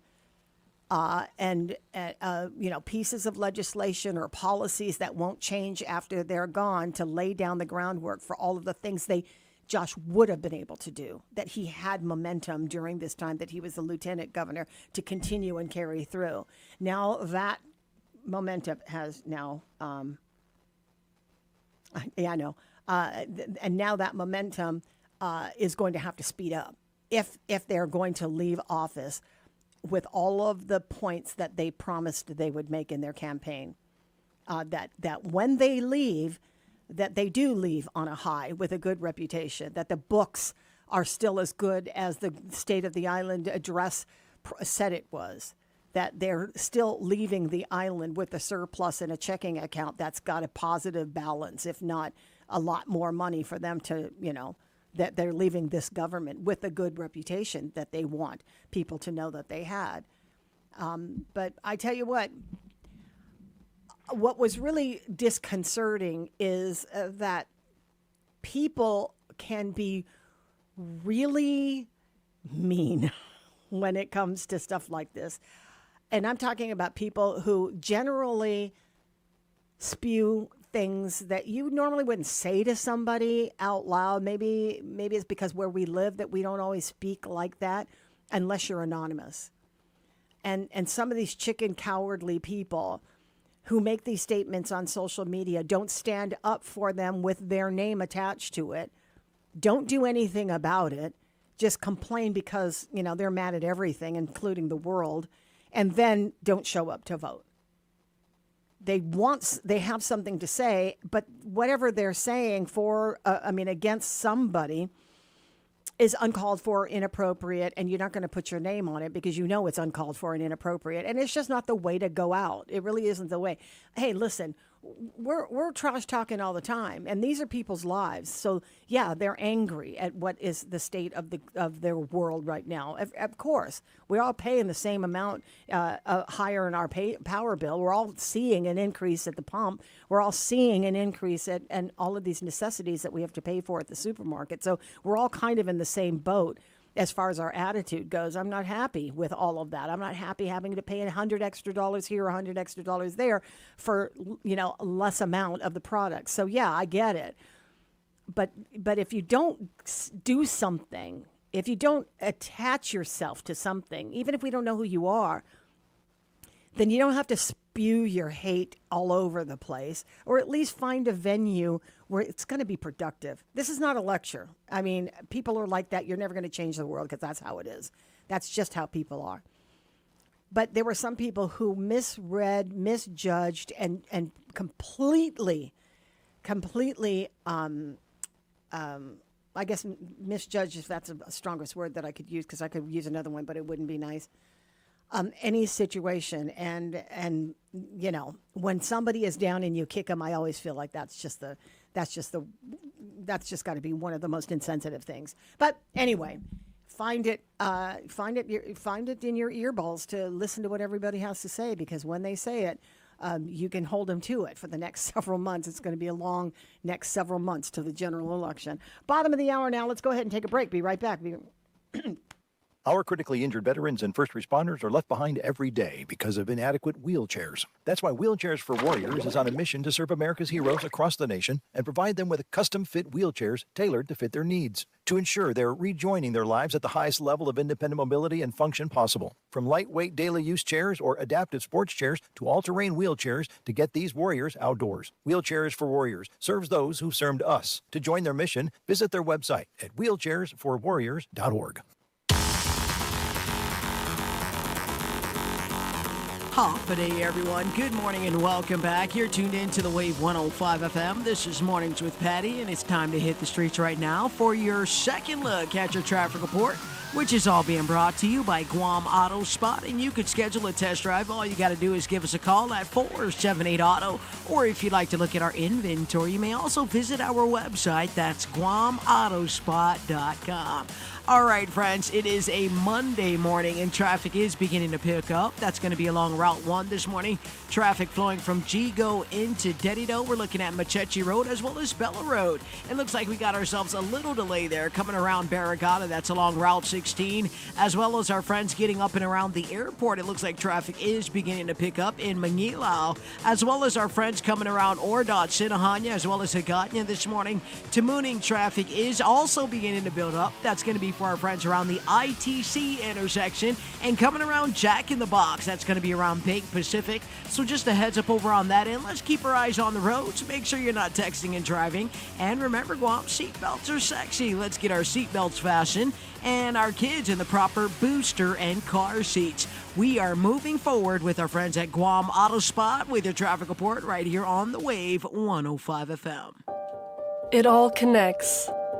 The girl who walks for hours to bring home the family's water, the school she can't attend most days, the breakfast she didn't have, the rain that hasn't fallen in months, the danger around the next bend, her little brother's belly laugh, her mother's hug, her dreams of being a teacher, an engineer, the mayor. All the reasons life is both so hard and so beautiful. It all connects. But so do we, for children's sakes.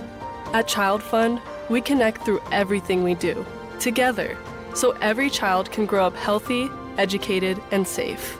Because we need each other. Learn more at childfund.org.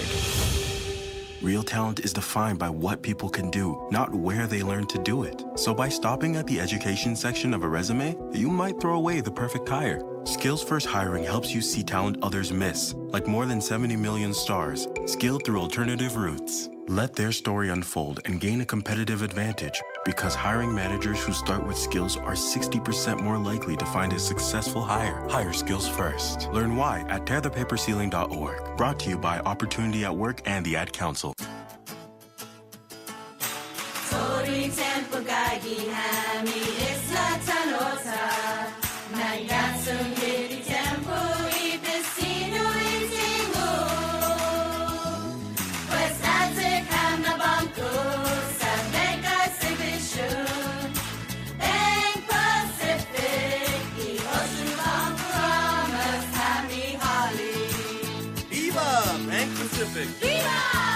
Member FDIC. A message from Joshua Jackson, actor and Fair Volunteer Ambassador. Food allergy is a serious, life-threatening disease that impacts over 33 million Americans. When your immune system sees certain food proteins as a threat, every bite matters. But here's the good news. There have been advancements in the treatment of food allergies, and with one voice, we can create better awareness. Because in the FAIR community, the disease doesn't own us. We own our journey. Talk to an allergist to understand your options. Visit foodallergy.org/empower to learn more. Why be at the forefront of childhood cancer research? At St. Jude, we do it because every innovation we make is a moment we give to children with cancer everywhere. But we can't do it without you.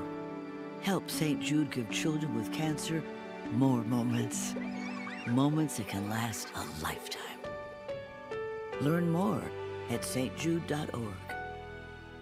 The madness finish. You know, 59 of 59 precincts are in. The numbers are in.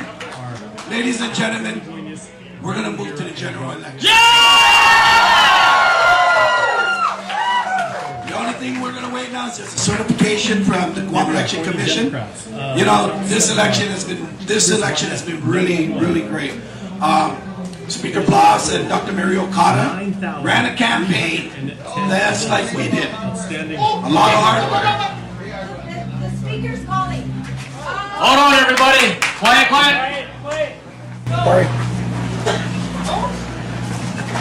Hold on. Can I put you on speaker? Thank you. I'm here with everybody. EA, Jackie, and everyone else that's here. Okay, I'm here with Mary, Dave, and Till. Okay? Yeah. Martin, congratulations. Woo! Thank you, man. And that is just the call that a campaign waits for, is for their top contender to concede the election and declare the victors, to be members of their own party. That was the current speaker, Frank Blas Jr., as well as his running mate, Mary Okada, to Tony Atta and E.J. Calvo, who joined us on the line this morning. Congratulations, gentlemen. And welcome to the program. Hey, Patty. Good morning. Good morning. Thank you guys for joining us. I mean, did you guys get enough sleep, or did you wake up at midnight and start running? Well, what is sleep? Yeah, exactly. Yeah, welcome to that world. So let me start with you, Vice Speaker Atta. When you heard Frank's phone call, what went through your mind? Was that in a scenario like that, when you're on stage and you've pulled that far ahead? This is an anticipated call, I'm assuming. You know, it was actually towards the third counting. So, you know, after the third counting came in, Speaker Blas got on the phone and he called me up. You know, a lot of emotions run through, as you know. Both Speaker Blas and I, we do you know, we made a lot of things that have made the 38th Guam it is today, right?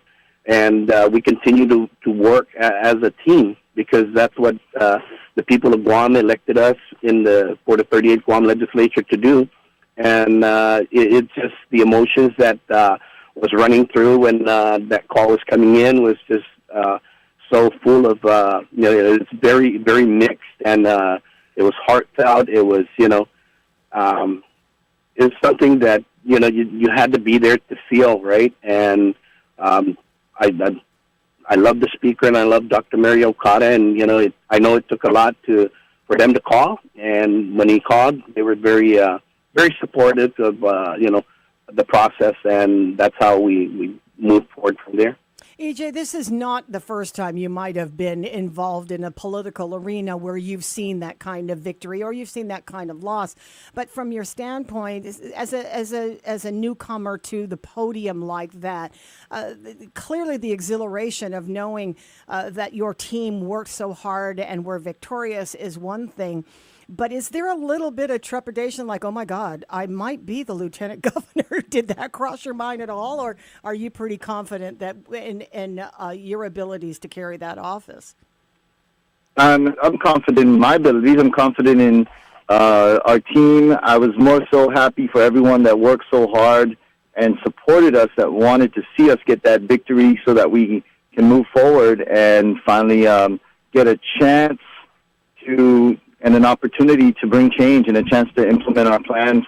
And I'm like you said, I'm no stranger to big moments and big competition and hard work. It's just something new in terms of running for lieutenant governor, but nothing that was really off. And it was a mix for me because of all the emotions of getting past the primary, but at the same time, I've always had the mindset that the job's not done till it's done, and this is just the first step. And however excited I was, I instantly started thinking about the next challenge and the next obstacle to overcome, and which is winning a general election, and so that we can accomplish the goal and get to work. And so the next several months is going to be a full court press to get to that other end. And for your part, Vice Speaker, you've been sitting in a legislative body for several sessions now where a lot of the issues that people were complaining about, thus the reason they voted for you, were things that maybe we as a government can't necessarily control. Gas prices is one of them. We're living in an economy right now that's driven by fuel, and that fuel is driven by a larger global problem in the Strait of Hormuz. That's not anything that your Republican or your Ada Calvo administration would be able to do a quick fix for, much less the cost of goods as a result of higher fuel prices. How much can you address of these number one problems that people are talking about when it comes to fuel? Because that seems to be the root of all of the problems that people have and its effects on their regular lifestyle. Yeah, Patty, and you're right. And that's why during the budget season again as well, that, we decided the liquid fuel tax, right, to keep it out of not to collect the revenues from the liquid fuels tax, and to give that kind of relief at the fuel pumps for our people. The economy in general, if we get our economy building back up, we get those jobs that we've lost throughout the years from tourism directly and indirectly, and we get our people better wages, moving forward, because of there'll be so many, employers looking for jobs, looking for employees, that, wages may be competitive in that natural sense, right? That they want people to work. We need to get them out there to work, and that could also help with their financial situations that they find themselves in. So, those are the things that we continue to move forward, and we continue to work on, and that's bringing back jobs to our island, higher paying jobs to our island. And some of the biggest issues on the campaign trail has been for everybody healthcare. And I was just saying right now, actually opining a few minutes ago, that healthcare was number one, and this Guam Memorial Hospital seemed to be the thorn in the side of everyone. I am sure that in this sort of lame duck session that we are in currently, with not only the legislature but with Josh and Lou making their way out, that solidifying their plans for a GMH legacy might be how they spend a lot of their time before the next administration, whether it be Treese or whether it be you. Tell me how that plan could change or would change under your administration, laying down, as far as they have laying down the foundation for a Guam Medical Complex at Mingilao? Well, Patty, I think we need to see how far the current administration gets in their plans. Will there be a groundbreaking? Will there be, already plans in process, or even, designs, environmental assessments, things of that nature to solidify the location of the hospital? Those are things that still need to be seen. But until then, right, we need to ensure that the current Guam Memorial Hospital, as we've always been saying, is solid and secured so that, it can last us the next 5 to 10 years to see where and how we can move forward with a new hospital. I think perhaps maybe what could have been done in the past where, they could have planned for a medical complex. The priority perhaps should have been just the hospital itself. And perhaps maybe, again, that process would have moved forward a couple of years ago when they first brought it up, if the priority was just the hospital itself. But those are things that we will remain to be seen, and how far the administration gets in their plans for the hospital. EJ, you're going up against the lieutenant governor candidate in Sabina Perez, and she's been a sitting member of the legislature now for a few sessions. As a person, a layman, that is, as a not in government at the moment, she has a chance to advance her agenda toward the general election. What can you be doing on the side while your colleagues and your opposition have sitting spots in policymaking right now? Yeah, I mean, I think I never really compared myself to the lieutenant governor candidates out there. It's our team versus other teams, and it's the quality of the package that you get from our collective team. And so I continue working hard in whatever organization I'm part of and the projects that I'm working on. I'm very involved in the community, and that gives me a good idea of what's going on in the pulse of the community and what people need and how we can help them. And I just continue preparing to solve problems. It may not be from the legislative standpoint, but with Senator Atta here, we're working together on any ideas that he can further propose during his time this year, for the rest of the year. And so I don't feel like there's anything missing. In fact, I feel like I've always had an advantage in terms of really being involved with the community and understanding what's going on, especially in the private sector. And I've worked in various industries within the private sector as well. And I've also sat on the Guam Economic Development Board in the past for 10 years and chaired it for 4, where I firsthand had experience in working on growing our economy and dealing with the problems that the private sector sees, as well as developing our workforce and getting more opportunities for Guam. And so, yeah, that's my thoughts. I appreciate that too, EJ. Good points. And for you, finally, Senator Atta, the Trump administration and this federal government has laid a lot of blows to Guam deep sea mining. Obviously, one of them, of course, this whole thing about birthright citizenship. Had you been, and usually, if Trump is endorsing you, then that makes greater successes for your district, and in this case, our territory. Have you gotten the blessing from Donald Trump, or have you been endorsed by him at all, or has there been any releases that your National Republican Party is standing behind this team?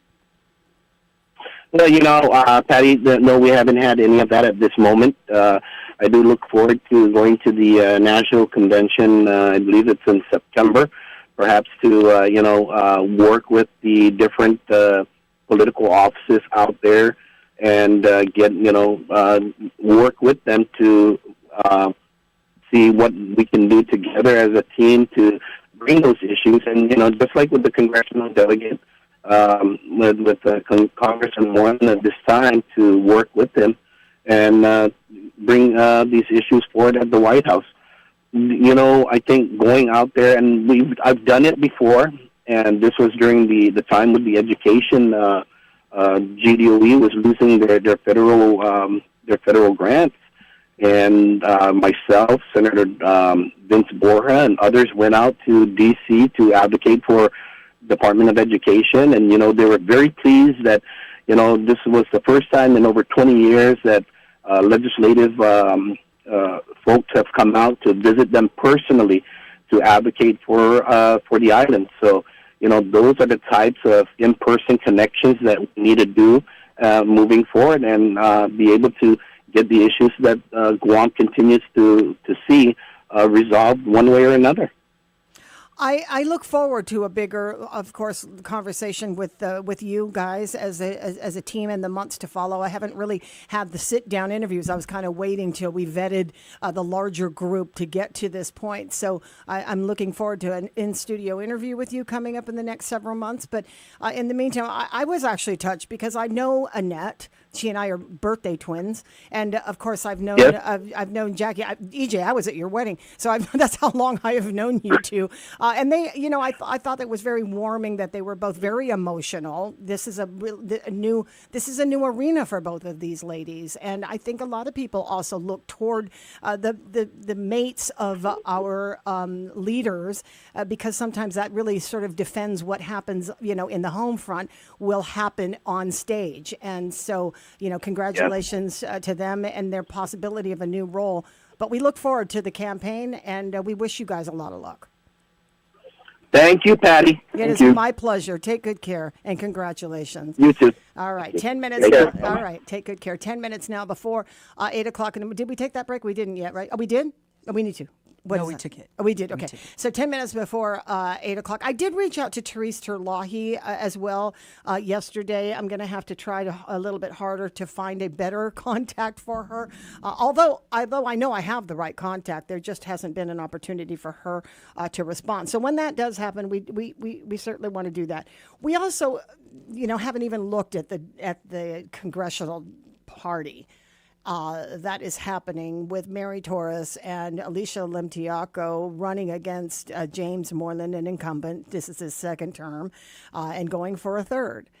His predecessor lasted 2 terms and ran for governor. James Moreland is into his 3rd term now at a time that we find to be very crucial, and Senator Abbott just said it himself. That there's a lot of things that are happening on Guam that really need the attention of the ruling party. And at the moment, that ruling party is the Republicans. And the Republicans inside Congress have made a lot of big-time flubs. And there have been situations where Guam has been overlooked, if not completely ignored, in the way we are, who we are, and our importance in the defense of America.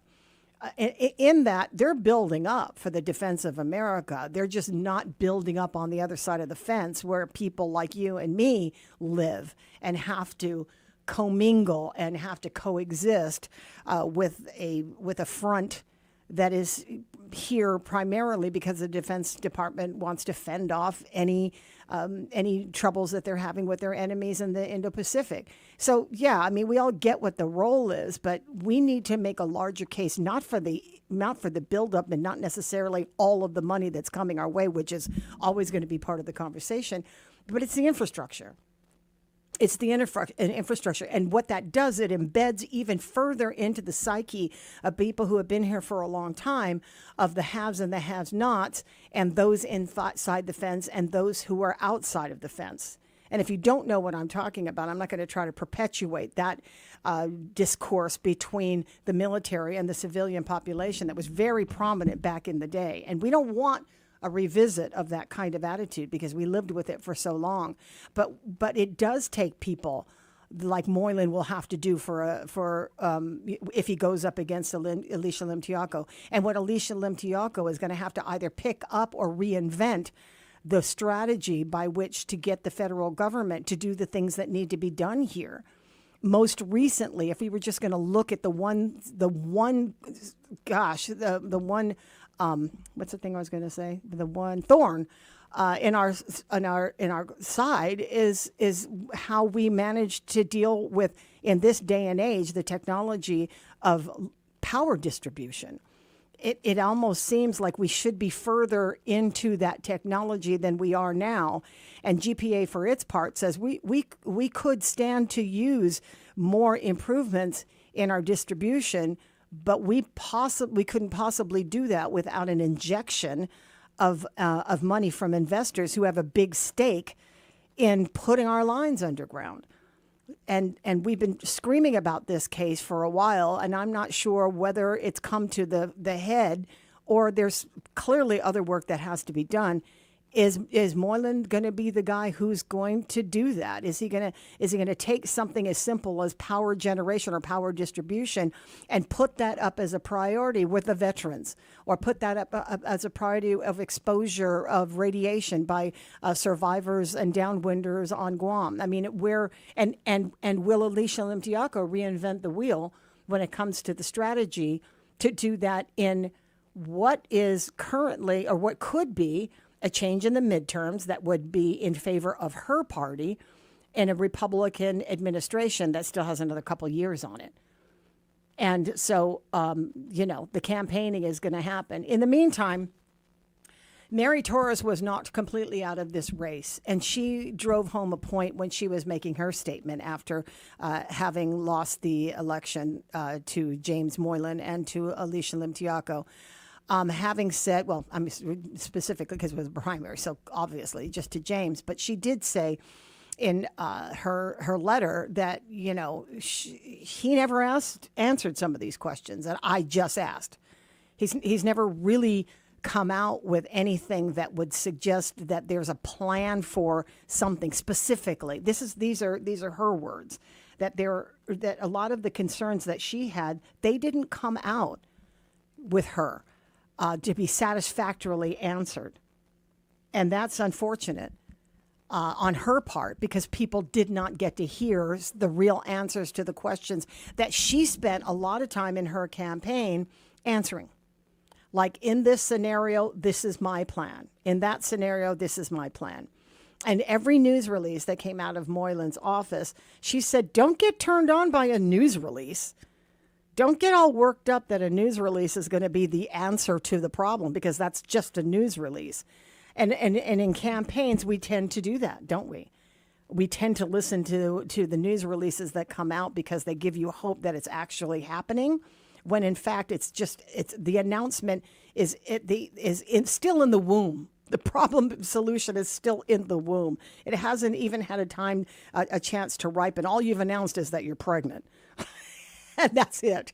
So she was cautious about that, and I think that these words still stand. We're going to be listening to somebody who has been largely out of government service in the capacity as elected leader. That's Alicia Limtiaco.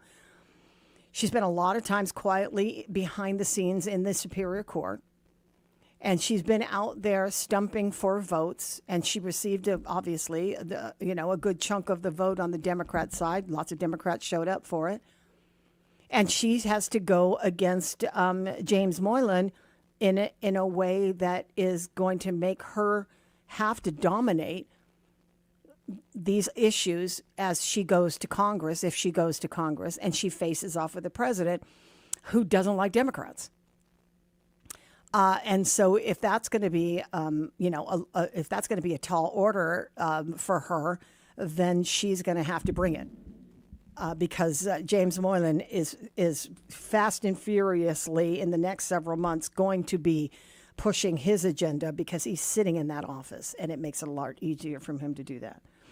It is about 3 minutes now before 8 o'clock, and we're hoping to have other perspectives on this. We do have the other races in the senatorial that I want to go through, because I thought it was interesting in this election, with 13,000 Democrats having come to the polls, 13,523 against the 8,679. The list of Democrat candidates who made it into office and dropped off about 3 versus the list on the Republican side, where their top vote getter wasn't even beaten out by the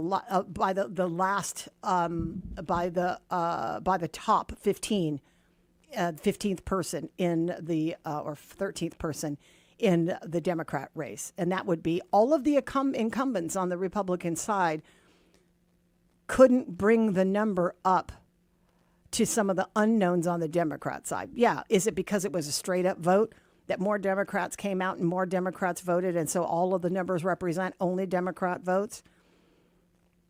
Or that Republicans actually didn't vote on that side of the ballot and vote instead on the Democrat side so they can knock off all of their top challengers. And then, so their numbers obviously would be smaller if the Republicans were not voting for them. Republicans were voting for Democrats that they knew would be the biggest competition.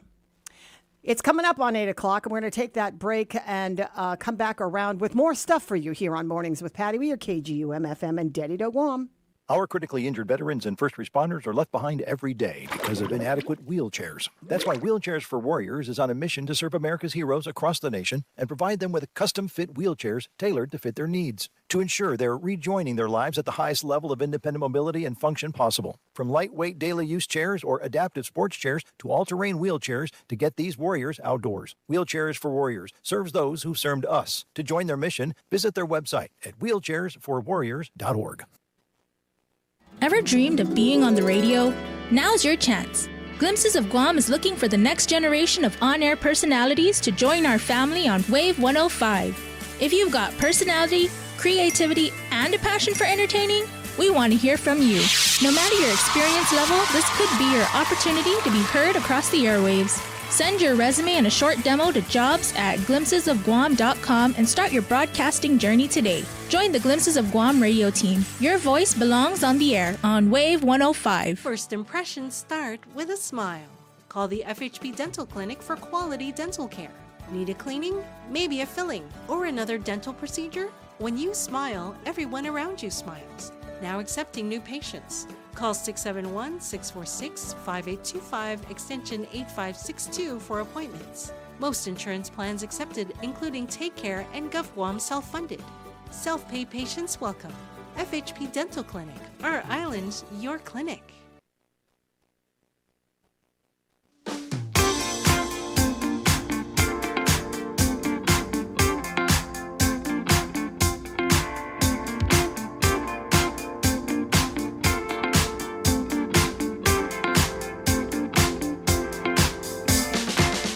Guam. Good morning, everyone, and welcome back. It's Mornings with Patti right here on the Wave 105 FM, and our studio lines can be reached by calling 671-922-1051 or 1052. We are streaming live and online at thewave105.com, as well as our YouTube channel. That's Wave 105.1 FM Guam.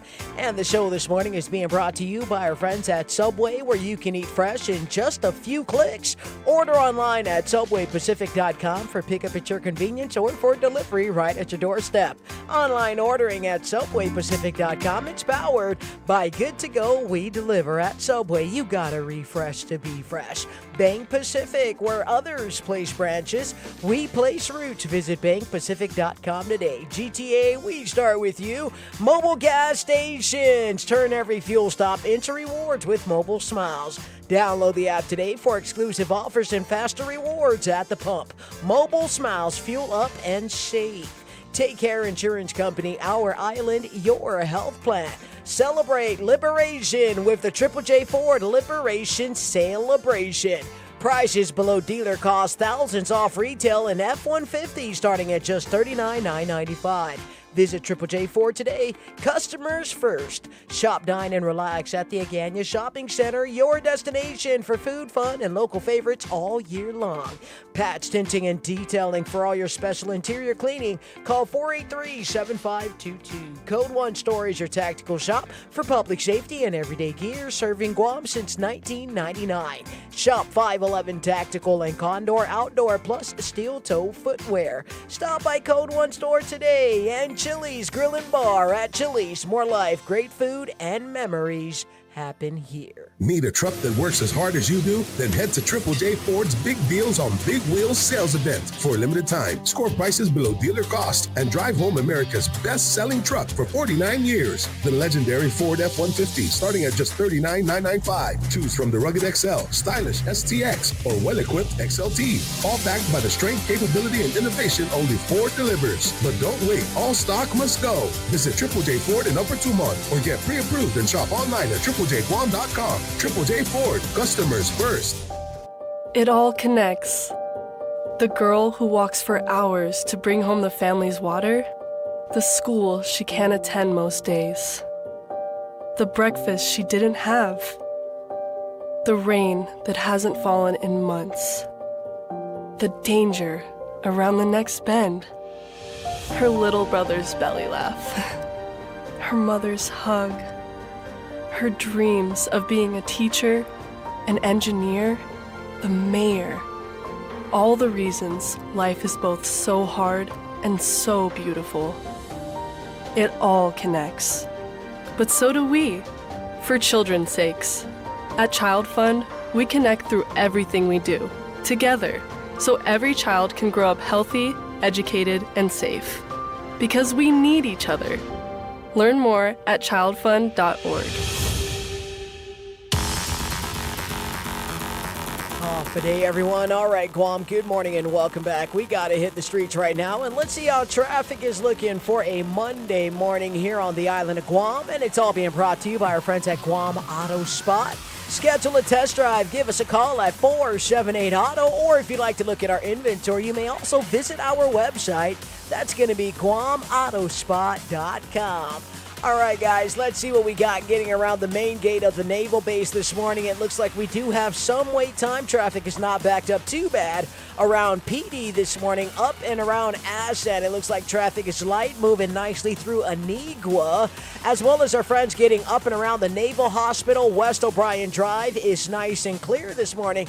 Traffic is beginning to pick up for our friends around Hagåtña, most especially outside of Chief Kapua Park this morning. You will find the friends of Ada Calvo. They are doing their thank you rally waves this morning, so you will find some delays. That's going to be along Route 1. So just prepare yourselves for that and look out for the waivers. Be polite, be demure this morning.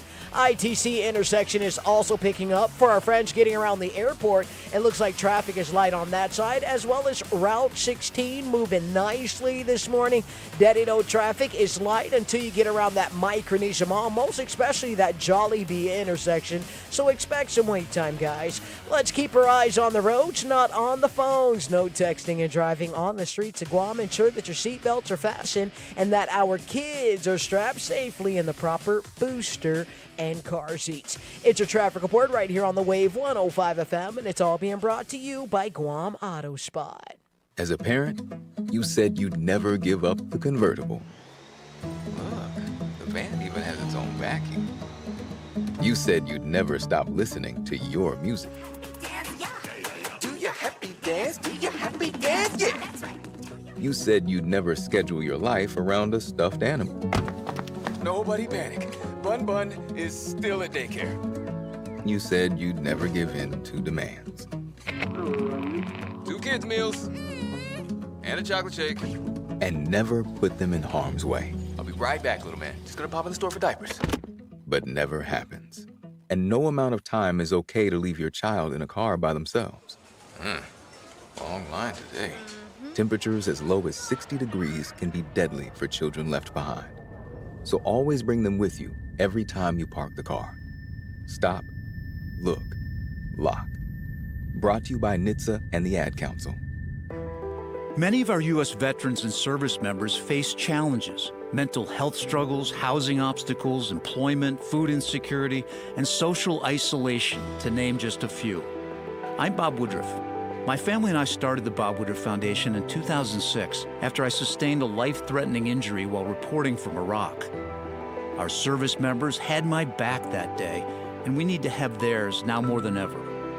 At the Bob Woodruff Foundation, we raise awareness about the tough challenges veterans and military families face and invest in solutions to help support them in the next chapter of their lives. And with one solution comes the next. We solve the housing situation. We increase employment opportunities. We solve employment problems. We address food insecurity. We solve food insecurity. We impact physical and mental health issues. Learn more about our work at bobwooderfoundation.org/success. My name is Erica, and my son Kason is a patient at Shriners Children. My oldest called me and said Kason got burned. The trauma doctor came in and said he needs to go to Shriners. His injury was a big injury, and I think a testament to the care that we provide. He's fully functional. He's riding his dirt bike, doing all of the things that you would want him to do. We're just so thankful that Kason is still here. Go online right now to loveshriners.org. We are all for first-time guests and longtime friends. All for First Light and Starlight. For road trips and trail runs. All for mountaintops and monuments. River bends and battlefields. We're all for showing up and giving back. To protect, to preserve, to pass it on. All parks depend on us. And we're all for parks. Join us at nationalparks.org/allforparks.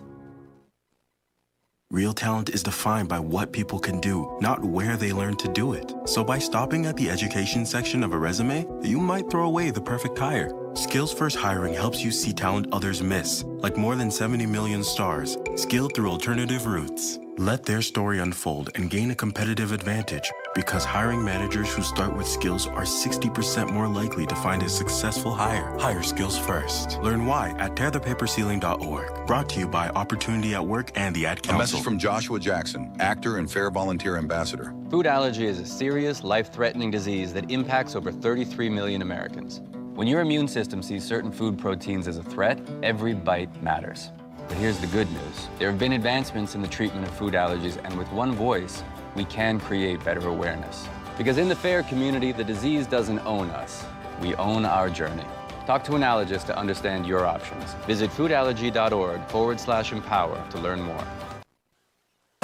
The views and opinions expressed on this program are those of the show hosts, guests, and callers, and do not necessarily reflect the views of the staff or management of Wave 105.1 FM, Glimpses Media, or our partners. We strive to provide quality, respectful, and engaging content, and we welcome you to participate in the conversation. Thank you for tuning in to Wave 105.1 FM. Enjoy the show. Stay informed, stay connected. Wave 105, the talk of Guam.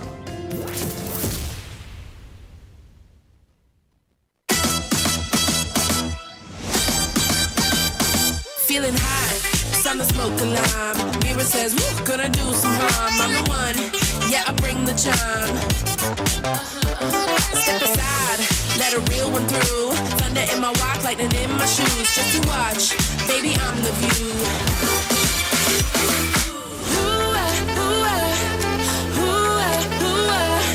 105.1 The Wave is the talk of Guam. Keep that good vibe going. Right here on Mornings with Patti.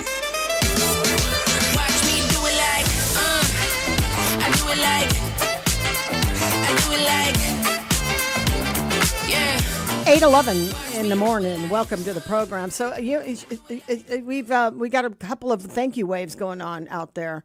That looking at some of the intersections that they're out there, I think they're all saying thank you. But it sounds like the chats are saying that they're in different places. So wherever you are, you're probably being treated to a number of people who are out on the corners saying thank you for your vote, which is typical. Of a Guam occasion, and so we're grateful. I guess we're grateful as much as anybody else is grateful, but it's also the launch of the next round of the elections, which is a general coming up in November. But for now, I feel like we're handing off the next bit of attention that's going to be coming to the next challengers, and for the Democrats, it will be Therese Terlahi, who was the victor in the race. I was looking at, I read his statement, I heard his phone call, and I read his ad this morning. where one of the first things that Lieutenant Governor Josh Tenorio says is time to heal. He joins us on the line now. Good morning, Lieutenant Governor. How are you? Fine, thank you. Good morning, Guam, and good morning, Patti. Good morning to you. You know, when you the word heal, when you put it on that ad in the paper today, suggests that there was a wound somewhere. What would you describe that wound to be? Well, I would say that any time that people put a whole lot of time, effort, determination into a cause and it doesn't work out, people obviously hurt. You know, I mean, people think about what they could have done. Maybe they think about some of the things that they've had to endure as a result of being involved in politics. And so, and, you know, sometimes there's a lot of bad blood, even within families. And, you know, it's a time to remember that elections are a day in time. And we have to remember that everybody plays a role in what happens in the future. It's not just on the shoulders of those that are elected, but everybody has a role within their families, within their places of work, within their neighborhoods and communities, and, you know, and for some people, for the entire island. So that's what I mean by healing. You know, don't take things too personal. There's always another day.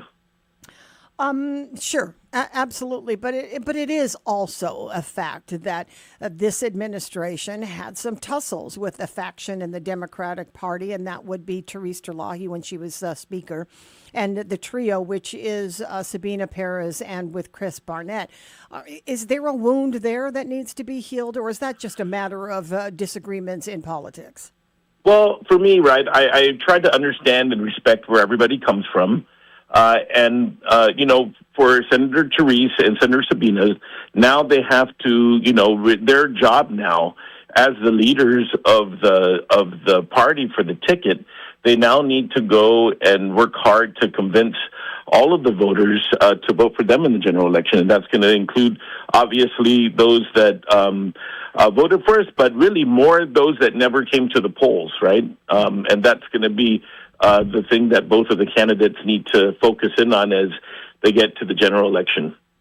There's a lot of ground as well to cover because in any administration that's been there for 8 years like yourselves, and then you continuing on with the agenda that you would have picked if you were the governor, as well as carry on the efforts of this current administration for its own legacy. Healthcare was always the biggest point. I talked to Tony Atta and EJ Calvo just a few minutes ago to ask them, as you know, as there's always been roadblocks put up by the Republicans on this medical complex, you know, what's next for them? And so clearly they want to still see whether or not Mangilao is going to be the thing. And so for your part in the last months of your administration, how much are you going to be able to, you know, put into law, codify the plans for a hospital to make sure that nothing changes? Well, first of all, we have in these last, it's just roughly the last 5 months, right? August, September, October, November, December, until the new team takes in. And of course, 3 months until we know who it is that is going to be taking over. We have to basically do as much as we can to finish the projects so that the next administration can get the baton and carry it the furthest. The biggest risk is just the downtime when people are getting organized and you kind of see the targets for progress a little bit more distant because people need to understand what's happening and make their decisions about direction. For the hospital project, part of this is making sure that we identify and set aside all the funds and resources that the next administration, the next government is going to be able to use as resources to catch up on time, right? We've lost 4 years of time from the battles for the land, for the Eagles Field to the battle for the signature on the contracts for the infrastructure.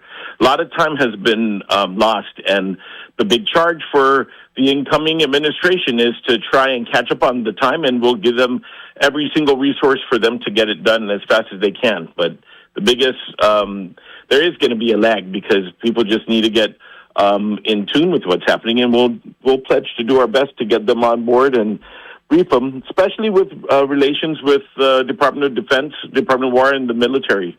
Right, we're in the middle of unprecedented opportunities to get federal investment into infrastructure, and if we're going to maximize this win for the people of Guam, Whoever wins has to have a mature relationship and has to be aggressive and earn the trust of federal partners to get that infrastructure investment. You still have a lot of diehards that have been texting me this morning talking about how they refuse to let these results go. Strategists would say there was an age-old strategy, Republicans voting for Democrats to oust you being the top vote getter if this were a straight race in order for Abbott to go up against the lesser of the Democrats in popularity, right? So there's that. And then they're saying we're just going to launch a write-in campaign. Both of these are possible scenarios or real world scenarios? Well, for me, I'll say this. I'm the top of the ticket, and I have been a supporter, and I have been hurt in past elections. I've won in some. I'll just, number one, first, I want to thank, I never had a chance first. Let me thank everybody that came out.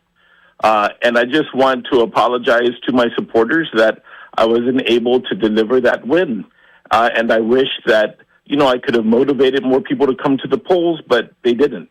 And so, for that, I will take responsibility for that, but I also will claim the awesome gift that these voters and supporters have given to me over these last few years. I am so humbled and I'm so inspired by them. And, I still believe that Guam's best days are ahead. And that's why whoever wins, and however they get there, and it's a long road, and they really have to convince voters, whoever it is, we have a place, no matter what, to push Guam forward. We can't afford to waste any more time.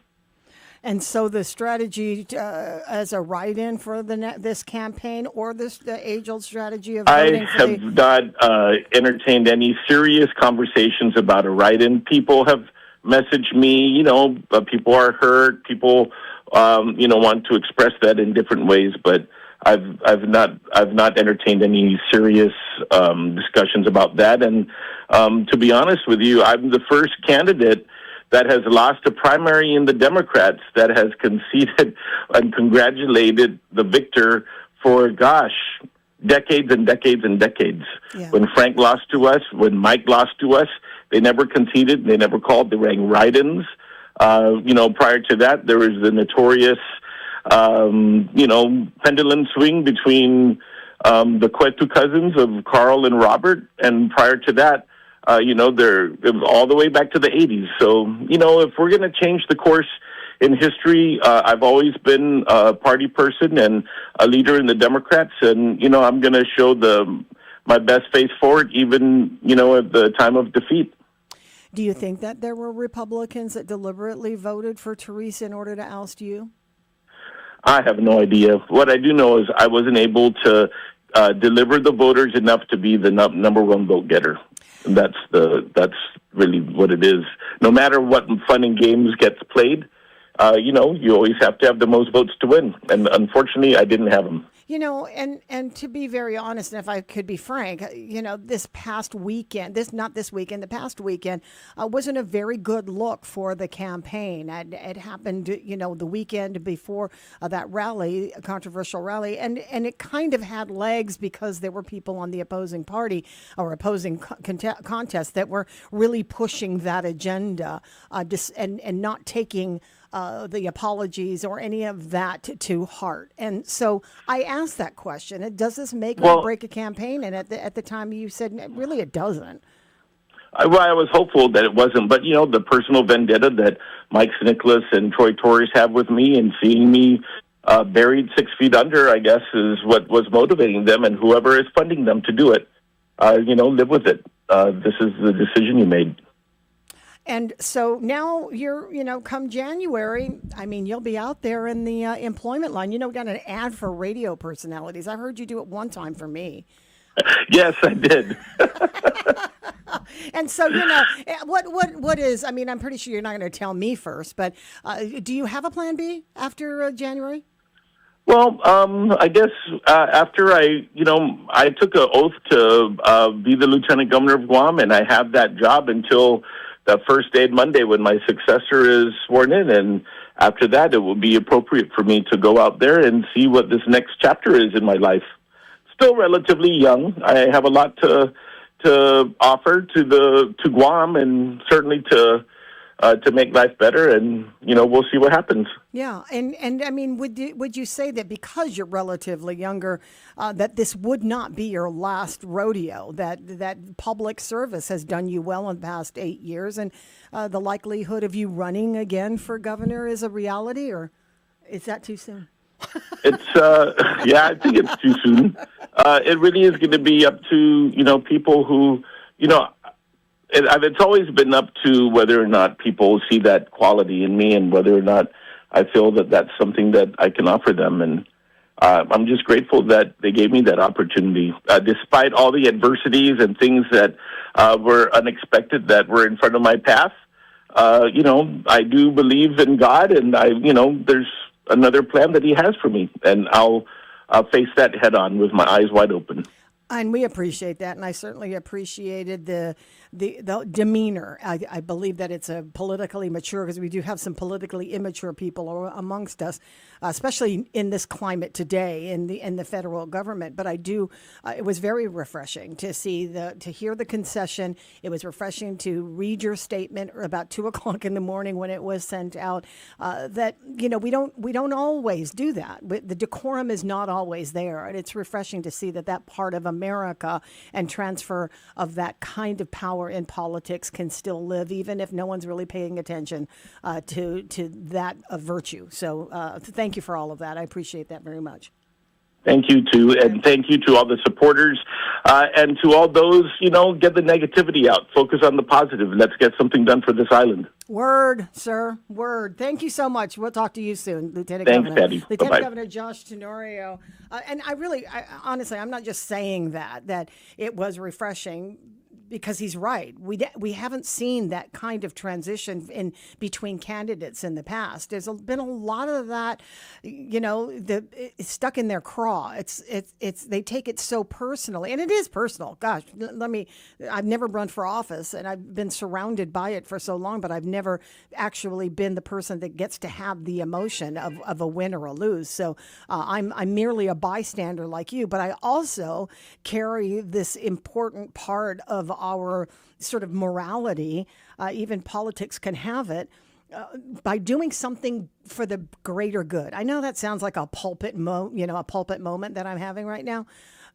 But when you are running for office, and for 8, 10, 12 weeks, you're up there saying Guam is number one, Guam is number one, and then it takes backseat to your emotions when you lose the campaign, then it says everything about you that we never got to see when you were in front of the cameras. So when it quietly happens, when you're in that category, in the losing category, and you still can drum up, or it comes naturally in this case, the ability to say thank you. Listen, it was an experience, but this loss, I'm going to venture to say, by Josh Tenorio, considering everything that happened, like he said, all of these obstacles that have come to challenge him, some by his own family and some by his own supporters, in just this past week, was personal, and he was able to keep forging forward because he had his eye on the prize, and that prize was, being a proud Guamanian who was ready to serve. And the negative part of it was very personal to him, he was able to keep his eye on the prize. And I think that if we can see that happening with people who are running for office and on the losing end, you almost have to lose to really see what a person. You almost have to see somebody in the worst or their doldrums. I'm saying that what happened with Josh in his personal trials over the past year did not define who he is as a leader. Maybe silently in the privacy of his own people, in his own little bubble, you'll see what raw emotion comes out. But the decorum is there, and I want to see more of that, and I hope to see more of that. Because there were, like he said, if there's healing, clearly there was a wound. What was the wound? where was the wound? And is that, I mean, for your part, you're saying, let's close the wound. We got to work together for the betterment of all of the da-da-da. Is that just one-sided, or is that going to be is it a blanket, Democrat Party, Therese Terlahi versus Josh Tenorio in this administration, and Therese Terlahi? Is that going to apply everybody? Is everybody feeling that same sort of, resolution? I'm looking forward to it. Bottom of the hour. Take a break here. Be back. Injured veterans and first responders are left behind every day because of inadequate wheelchairs. That's why Wheelchairs for Warriors is on a mission to serve America's heroes across the nation and provide them with custom-fit wheelchairs tailored to fit their needs to ensure they're rejoining their lives at the highest level of independent mobility and function possible. From lightweight daily use chairs or adaptive sports chairs to all-terrain wheelchairs to get these warriors outdoors. Wheelchairs for Warriors serves those who served us. To join their mission, visit their website at wheelchairsforwarriors.org. Ever dreamed of being on the radio? Now's your chance. Glimpses of Guam is looking for the next generation of on-air personalities to join our family on Wave 105. If you've got personality, creativity, and a passion for entertaining, we want to hear from you. No matter your experience level, this could be your opportunity to be heard across the airwaves. Send your resume and a short demo to jobs@glimpsesofguam.com and start your broadcasting journey today. Join the Glimpses of Guam radio team. Your voice belongs on the air on Wave 105. First impressions start with a smile. Call the FHP Dental Clinic for quality dental care. Need a cleaning? Maybe a filling or another dental procedure? When you smile, everyone around you smiles. Now accepting new patients. Call 671-646-5825, extension 8562 for appointments. Most insurance plans accepted, including Take Care and GovGuam self-funded. Self-pay patients welcome.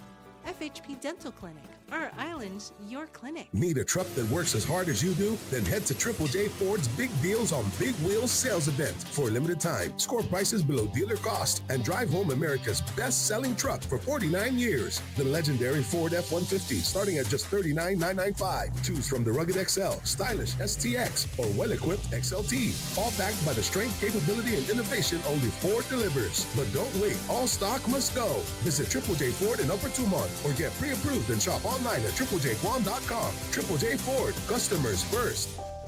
It all connects.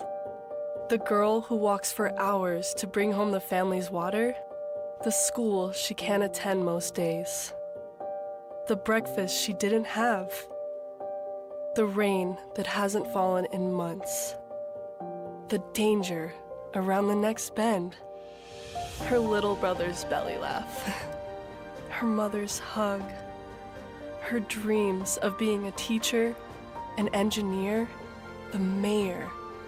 All the reasons life is both so hard and so beautiful. It all connects. But so do we, for children's sakes. At Child Fund, we connect through everything we do, together, so every child can grow up healthy, educated, and safe. Because we need each other. Learn more at childfund.org. As a parent, you said you'd never give up the convertible. Look, the van even has its own vacuum. You said you'd never stop listening to your music. Do your happy dance, do your happy dance, yeah. You said you'd never schedule your life around a stuffed animal. Nobody panic. Bun Bun is still at daycare. You said you'd never give in to demands.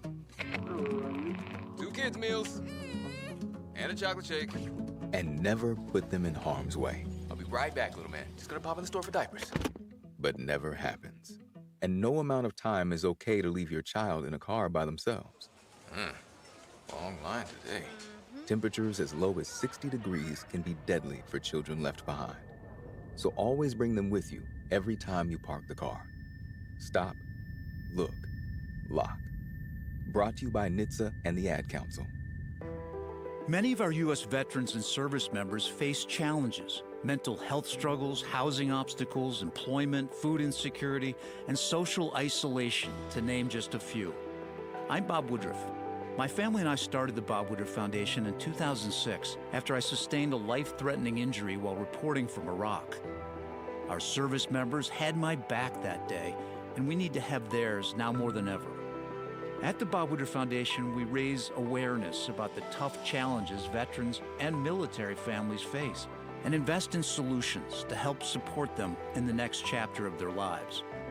And with one solution comes the next. We solve a housing situation, we increase employment opportunities. We solve employment problems, we address food insecurity. We solve food insecurity, we impact physical and mental health issues. Learn more about our work at bobwooderfoundation.org/success. My name is Erica. My son, Kason, is a patient at Shriners Children. My oldest called me and said Kason got burnt. The trauma doctor came in and said he needs to go to Shriners. His injury was a big injury, and I think a testament to the care that we provide. He's fully functional. He's riding his dirt bike, doing all of the things that you would want him to do. We're just so thankful that Kason is still here. Go online right now to loveshriners.org. We are all for first-time guests and longtime friends. All for First Light and Starlight. For road trips and trail runs. All for mountaintops and monuments. River bends and battlefields. We're all for showing up and giving back. To protect, to preserve, to pass it on. All parks depend on us. And we're all for parks. Join us at nationalparks.org/allforparks.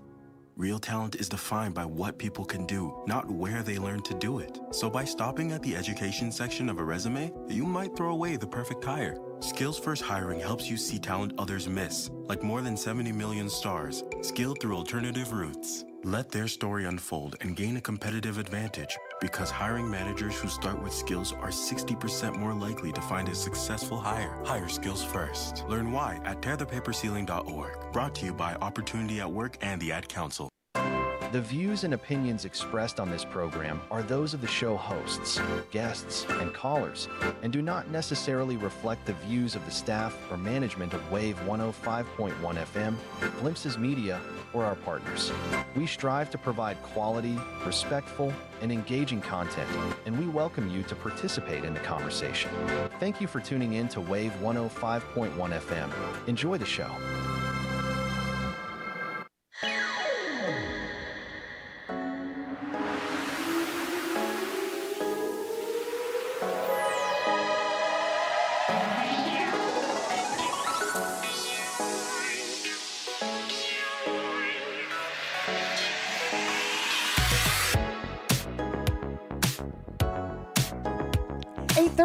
Now, here it is the Monday past the primary election on Guam, and I've invited my colleague Polly Suba in here to help me unpack I don't know, do you really unpack a primary? Is that just, yeah, well, you do, but you know, I mean, was there a lot to unpack? Because I feel like there was a lot going on. For sure. Here, when you look at the numbers, first thing that came into your mind, did you think that, well, the war chest was bigger, the optics were larger from the Josh Tenorio, Tina Munya Barnes campaign. And it's yet another lesson that just because you have a large war chest doesn't mean you're going to be the victor. Sure, yeah. Yeah.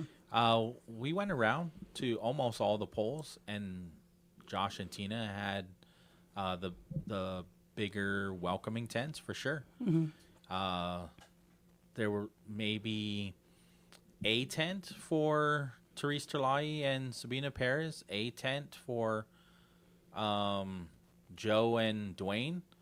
And so if you just look at the welcoming tents, then I think the PDN put out a poll the night before, right? Yeah, overwhelming Josh and Tina, right? Yeah. So if you just look at those optics, you weren't expecting this outcome. However, I mean, like I said even before, is there's still so many undecided voters. It could go either way. Mm-hmm. And so it went Therese Terlai's way. She won 10 villages and Josh won 9. Mm-hmm. Yeah. I mean, the whole thing was close. It was off by how many? 460 votes? Sure. You had 644 spoiled ballots. You had a large number of undecideds because a large number of people who declared or at least identified with being a Democrat. And that's the word, identified with being a Democrat or a Republican. There's 13,000 some for Democrats, 8,000 some for Republicans. If it was a straight up vote for Democrats and the more of them showed up, then that's a straight up true vote. But if it was the strategy that we've seen before where Republicans just want to knock off the top contender, then that becomes a viable scenario. Yeah. Crossing Republicans not really voting on the Republican side and voting instead for Therese Terlahi. Guam's mostly Democrat, though, so we saw more Democrats than Republicans. Right. I might think otherwise if it was the other way around. Yeah. But I don't necessarily think that was the case. I mean, then we have more registered Democrats, and so more people voted Democrat. If it was reversed, then maybe I would think that. I was thinking, yeah, absolutely. There are more of them, but I think it was enough of a surprise that Josh had lost to Therese Terlahi. There's a lot of controversy. Well, there is. Early on, too. Early on, and then just in the past week. And he admits that. In fact, Right. he just said all of the challenges that were before me.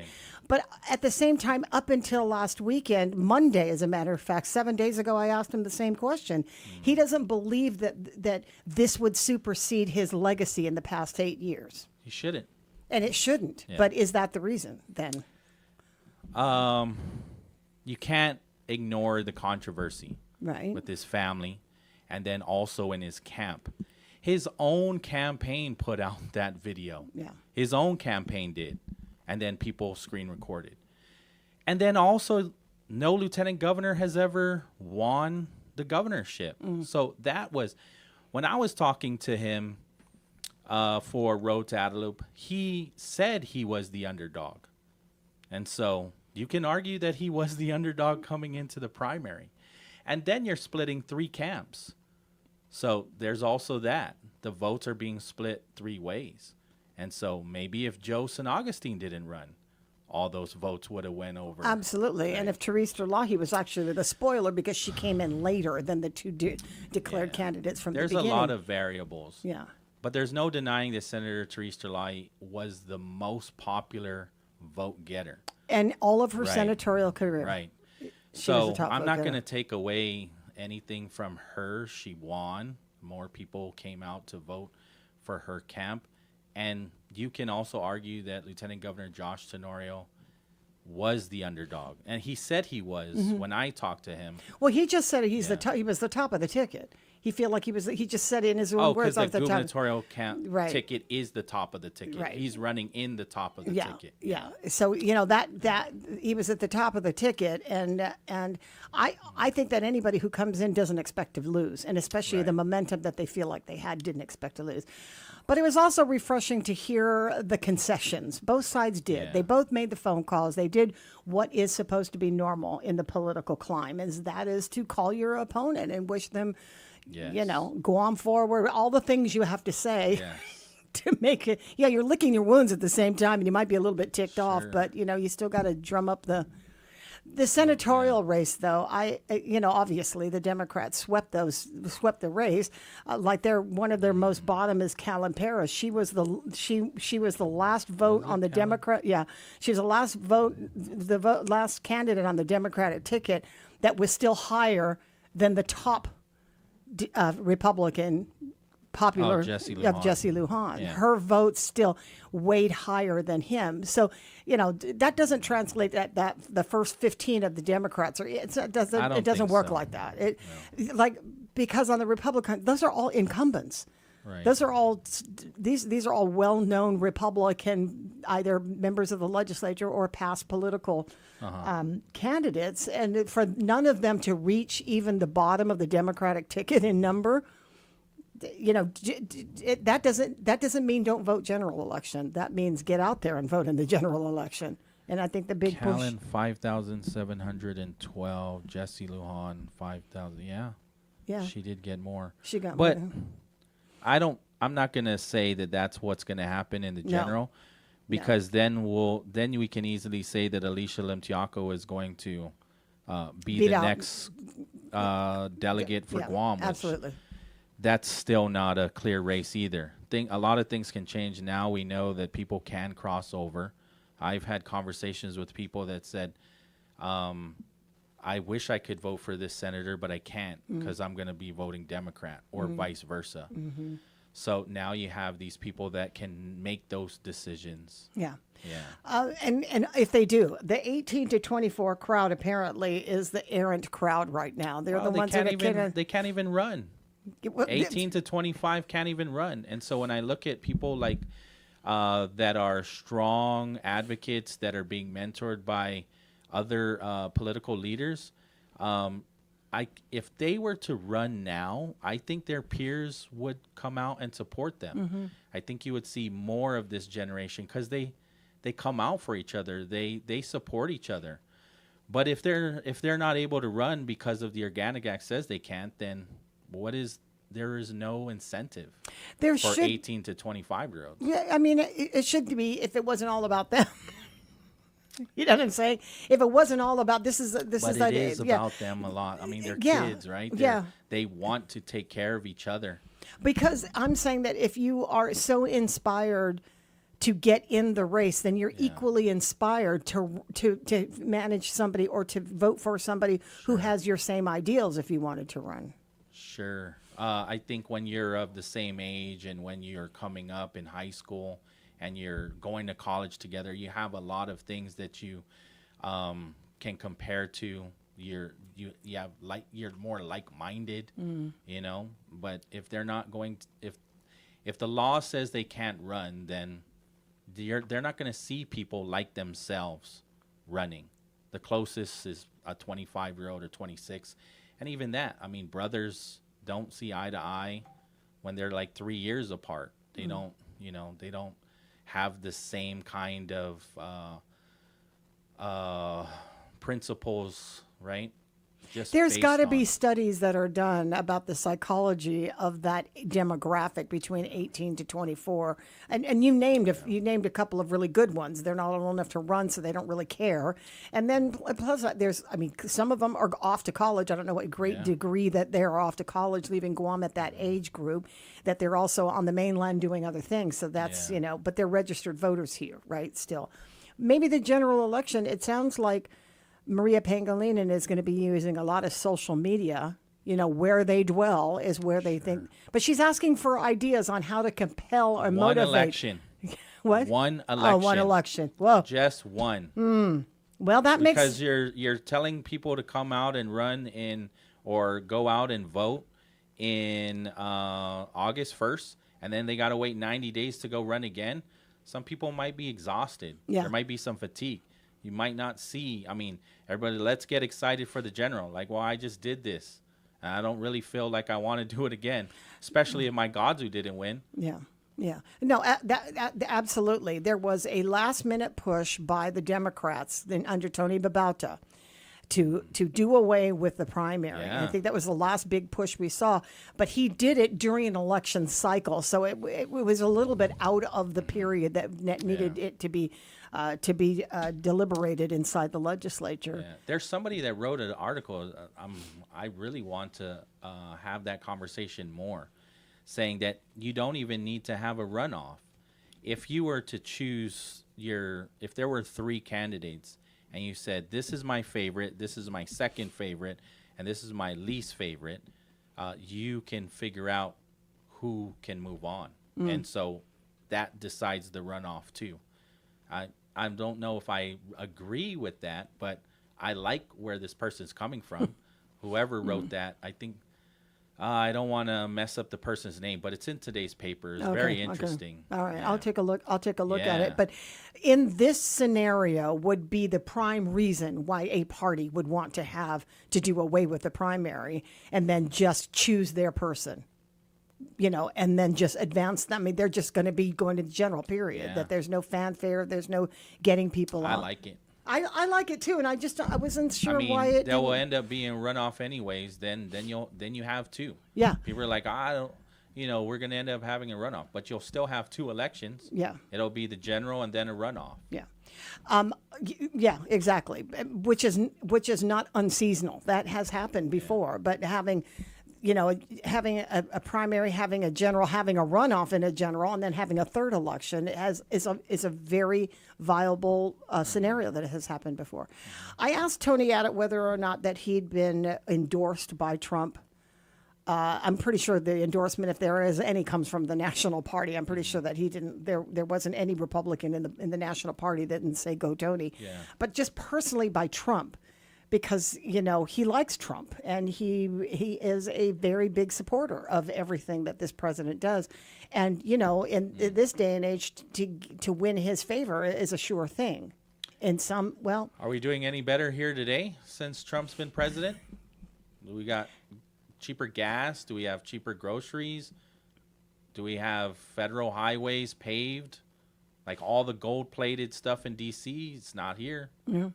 That's precisely why I asked him the question. Winning an endorsement by Trump or him telling you that you're doing a good job and everybody should vote for him could actually backfire.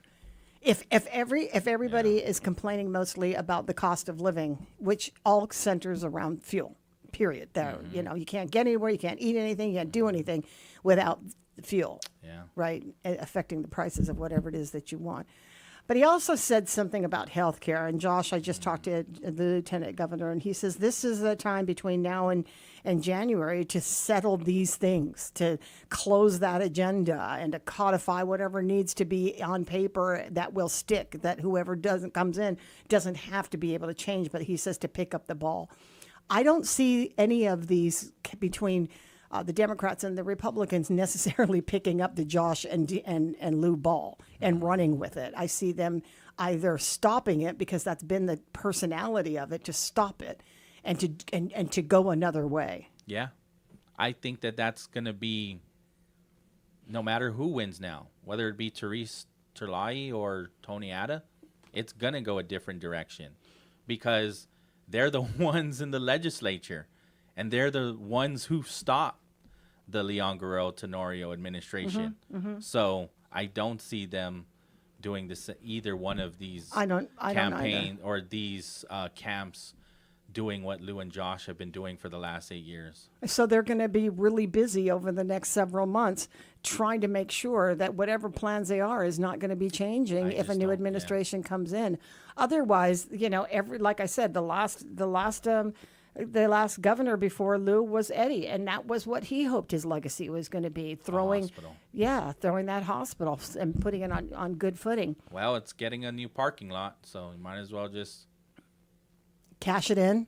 Like that's where it's going to be. They've already invested in that part of it, so it's going to stay there. Or move to Oka Point, which is the walk away from the other one. Yeah, you could create a transit that goes back and forth if you wanted to. Between that new parking lot. Yeah. Well, the other, we've fought off that Oka Point thing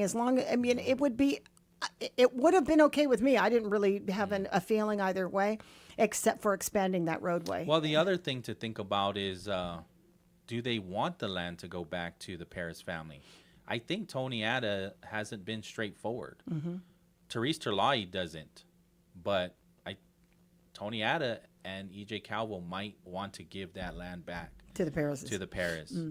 Right? And so I think my personal opinion, it should go to the courts. The courts should decide what to do with that property, not a legislative bill. Otherwise, let's just do that all the time. Who here, what family? Sumai also, your land was taken, go to the legislature, introduce a bill and give the land back to this family. There's so many families that can do this, that should do the same then. You've interviewed pretty much all of the candidates on these tickets, and the gubernatorial for sure. Yeah, and a lot of the senatorial and a lot of the senatorial candidates. Yeah. You also had in the studio. Who Brandon Vera. I'm not surprised that he did not make it. He was a no-show for everything. I never saw Brandon Vera do anything. Didn't see him at the Micronesia Mall. Didn't see him at anybody's debates. Maybe he and thought he didn't move on. Maybe, yeah. And so that's a tell. Like you gotta put yourself out there. You gotta meet the people. And so, I'm a fan of Brandon Vera's. I watched that guy kick people's faces in the UFC. I was, very interested to see what he wanted to do in the legislature. I never had the opportunity, and not very many people did get the opportunity. Well, that goes for candidates in the past, that sometimes you feel like you can win because a lot of people agree with what you say on Facebook, and you've got a name, which doesn't clearly work all the time. In this election, he was an unknown, relatively unknown in politics, as many others were unknown. And so, he would have had to, it was a challenge of the unknowns, right? Because there were so many of them that came out of the woodwork. Yeah, but he's a name that people recognize. Yeah. And if you want to talk about Trump supporters, Brandon Vera is a Trump supporter. Yeah. This I knew. But, now any of these people that are running on both of these parties that are just new to the politics, did any of them, you looked at them and said, okay, that's a Genesis Babauta. That's a Genesis right there. That's a guy who's going to make something happen, and eventually he's going to end up doing something that's going to change how Guam looks at this stuff. legislature? No, not the candidates. Because you've interviewed them. Yeah, there's most of so them. many interesting people. Greg Calvo, who has so much institutional knowledge. Raphael Scambaluri. Like, these guys have so much institutional knowledge. Jerry Yingling has institutional knowledge. He didn't make it in. He's the last person that I talked to. He's got some ideas and some very progressive ideas. And so maybe people didn't get an opportunity to hear him speak at other events, didn't really understand where he wants to come from. Where he wants, what initiatives he has. People might also still associate Jerry Yingling with the Gutierrez administration, where there was so much controversy going around with the airport and the credit cards and Birdman. When he was running the airport, right? Yeah. And we talked a little bit about that. He was bringing up things that he said he doesn't necessarily think that you should have a high school diploma to be a government worker. That's pretty controversial because that is the law. The law is, in order for you to work in the government of Guam, you have to have a high school diploma or GED equivalent. And so, Talina or Nelson. high school equivalent. Talina Nelson. Another person, but she used to be senator. Yeah. She's right? Got and she never lost. Mm-hmm. And so she only didn't make it because she ran for Congress. She, like Brandon Vera, is somebody that I never saw out there. Yeah. Never saw. And so I think the difference is that Talena Nelson is a huge Democrat name. And the fact that people can look at her record when she was senator and like her and are choosing to vote for her again. But I don't know. Correct me if I'm wrong. Any of those other not quite incumbents, but were senators. Amanda Shelton was second. Talena Nelson was third. Clint Rigel was fifth. So people still are recognizing them from their records in the past. Well, you also got to take a look at somebody like Louise Borja, who actually had her name changed from Borja. She took off the Munya part and went for Borja, and she still has been able to keep her name alive. Using Luisa Jean Borja.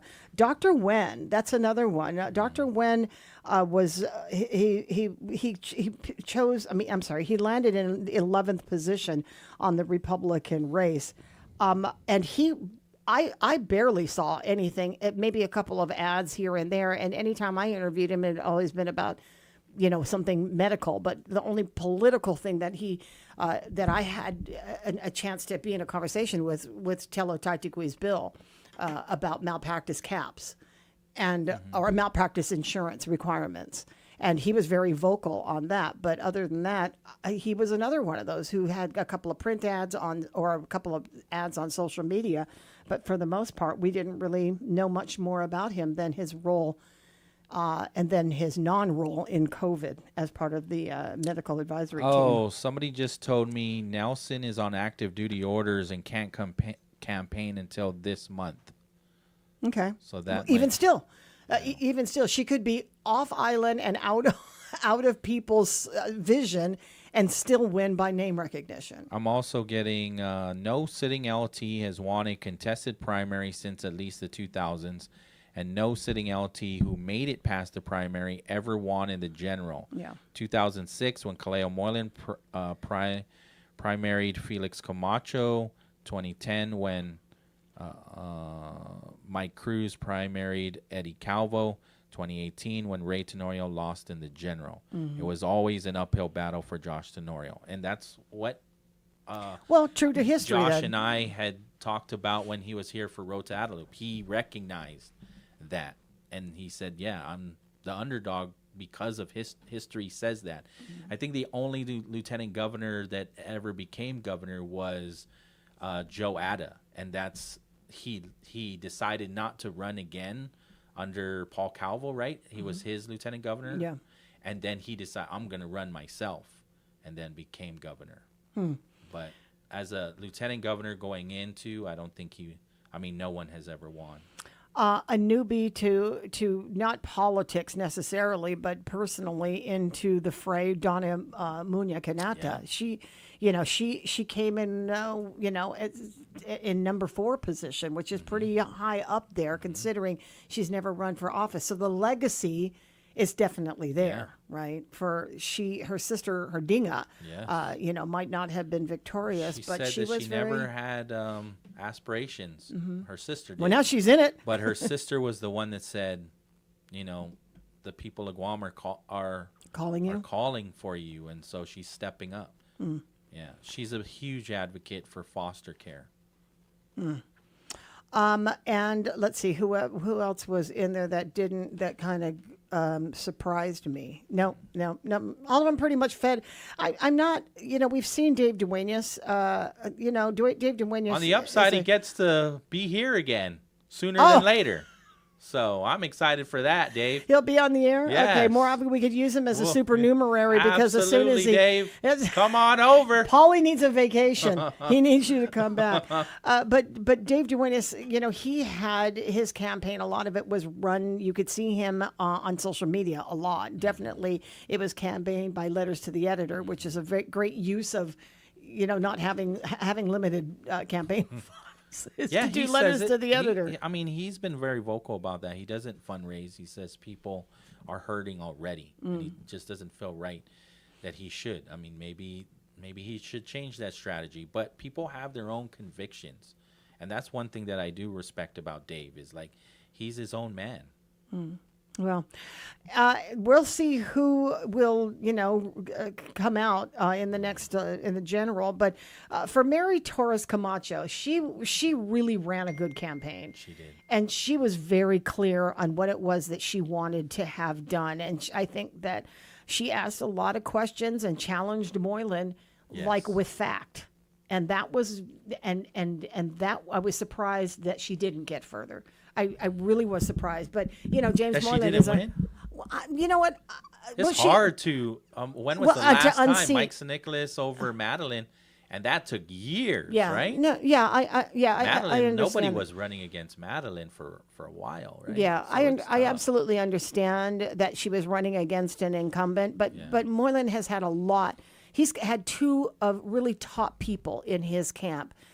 Leave him for a variety of reasons, and some of them were controversial. He didn't have any ethics complaints against him that we know of. No, there were no ethics complaints against him. Right. Well, you're comparing it to Mike Nicholas, but I meant that 2 people in his camp that were staunch supporters of him that at some point during this past year said this guy is no good, and they were. I think that's Rafi would never come out and say this guy is no good. But Rafi, behind the scenes, is going to say this guy is no good. Bobby Shringy was a real big Torres supporter, maybe for obvious reasons, because he was a right hand for James Moylan all this time. But none of that came out. That was because Mary Torres, knowing what she might have known from Bobby Shringy, probably had a lot of reason to say a lot of things which they didn't. They did not do a smear campaign. So she But got she called him out. She called him out, and that's and part of the reason why I'm not surprised. I mean, that I am a little bit surprised is that he didn't answer. You know, he didn't answer a lot of these questions, and he didn't respond to a lot of the things that she was saying, which I find to be perfectly in line with the way Moylan has turned out to be this past year. And my only gauge is how he talks to me. The frequency by which he does, he's a busy guy. I'm not going to blast somebody because they're not on the radio every time I ask. I completely understand that. It's not even a part of the faction. It's just the factor. I think that when he is on the air, he doesn't really answer the questions, and he is very much a Trump loyalist. So he feels like, at least he might have been, like a lot of Republicans in Congress are turning the other cheek. But I think that he had had some hard time defending what his role with Mike Johnson and the rest of Republicans that he was holding to in Congress, because he had to. Right? I mean, he's a Republican member of Congress, and he's going to support what his party is doing. And you're certainly not going to be a guy from Guam and thumb your nose at the leadership if they are in charge of the Republicans. You're not going to get anything if you're not playing the game. Yeah, I think it's a tough call, right? You are a Republican. I don't necessarily think that you should be calling out the President of the United States. I don't think that that's going to help our cause either, especially if you want to push for RICA and you need people to get in line and understand the story. So I don't necessarily fault even if you're Democrat, I don't necessarily fault you for not being so combative against what President Trump is. I think you should definitely be going out there and be more aggressive to tell our story and why this is what our people want, and I'm here to make sure that you listen, and I'm not going anywhere. And so I would say that Congressman Jim Moylan has been timid in some cases, right? When we see it on record, when we watch him in action, reading from the paper. Your time is up. Thank you, sir. Yeah. I would hope that, like, wait a minute, we've been waiting 29 years for RICA. I'm not done yet. Well, you're not going to find that from him, and I'm not even sure you would find that from Mary Torres, being a newcomer in. But I don't know about Alicia Luntiaco. I think both of them can. I think Congressman Jim Moylan can be as well. I'm not expecting them to call out the president and say, Well, at least not the Republican president. Yeah. There could be a difference if there's if there is a blue wave that they're hoping there would be in the midterms. That might make things a little easier for Guam. I don't know, but I didn't even realize it was 9:05. You're supposed to tell me. KGUM FM in Dededo, Guam. We're tapping into the sharp wit of classic American literature today to discover a legendary author's ultimate culinary obsession. Welcome to the National Day Spotlight for August 3rd. While vintage literary history usually associates legendary author Mark Twain with white suits and Mississippi riverboats, he harbored a fierce, lifelong culinary obsession for watermelon. Twain considered the sweet, crisp fruit to be the absolute pinnacle of luxury, completely prioritizing it over high-end restaurant delicacies during his extensive global travels. He famously immortalized his devotion in writing, declaring that to taste a truly perfect southern watermelon is to experience a direct indulgence that stands entirely apart from the mundane world. In his characteristically sharp wit, Twain concluded that the fruit is the chief of this world's luxuries, providing a distinct, heavenly flavor that allows mortals to know exactly what the angels eat. In case you haven't figured it out, today is National Watermelon Day. Do you suppose he dripped watermelon juice on those nice white suits when he ate it? You would have to have a bib, right? But bibs were pretty popular in that time of history, I guess. Some of the people I know still have bibs today. I don't know what you're talking about. We're also celebrating National Grab Some Nuts Day and National Hair Gloss Day. I'm Alice Anderson. And I'm Marlo Anderson with National Day Calendar, reminding you to celebrate every day. If you're looking for world-class website hosting at a fair price, Pair Networks is your best choice. Whether you're a professional web designer or a beginner just getting your site online, Pair Networks has a web hosting plan that's right for you. Log on and learn more at pair.com. That's PAIR.com. Pair Networks, world-class web hosting at a fair price. Visit us at pair.com. Pair Networks. Registering a domain name on the web? You should know about Pairnic. Pairnic offers .com names at a great price with quality service you expect. Because Pairnic is powered by internet leader Pair Networks. Whether you need a domain name for business or personal use, Pairnic is your best choice. Remember Pairnic when you need a domain name. That's PAIRNIC.com. Pairnic. My name is Emma. I am 13 years old. 6 years ago, I was injured in a car accident that left me paralyzed from the waist down. Once I completed rehab, my mom applied for a canine companion service dog. Last January, I finally got to meet my service dog, Marcia. We quickly developed a very strong bond. Together, we go to my horseback riding lessons, school band practice, swim meets, and archery classes. Together, we pick vegetables, and we like to cut flowers.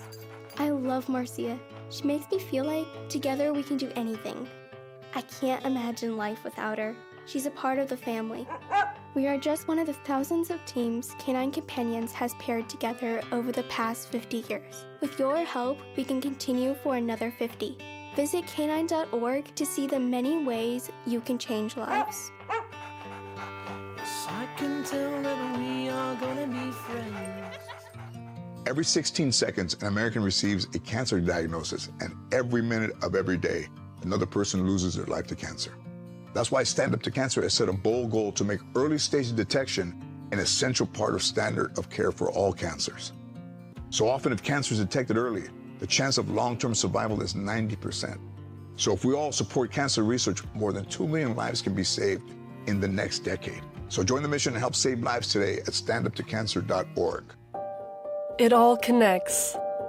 The girl who walks for hours to bring home the family's water, the school she can't attend most days, the breakfast she didn't have, the rain that hasn't fallen in months, the danger around the next bend, her little brother's belly laugh, her mother's hug, her dreams of being a teacher, an engineer, the mayor.